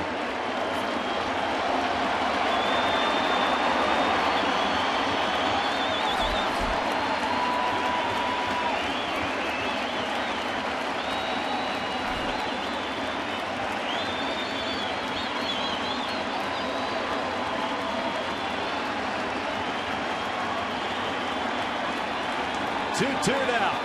Swing and a miss, and the Angels come back, falls short. They score 6 times here in the ninth and drop this one 8-7. Yeah, you had your chance, especially with the bases loaded there. Betances, his best pitch of the night, right there. Slider down, middle part of the plate. Perez is trying to make contact, unable to do so as the Yankees win Game 1 of this 3-game series. Halos, nice effort in that 9th inning, but unable to come through. They dropped the opener of this series, 8-7. The final. Stick around. Angels Live post game is coming up next.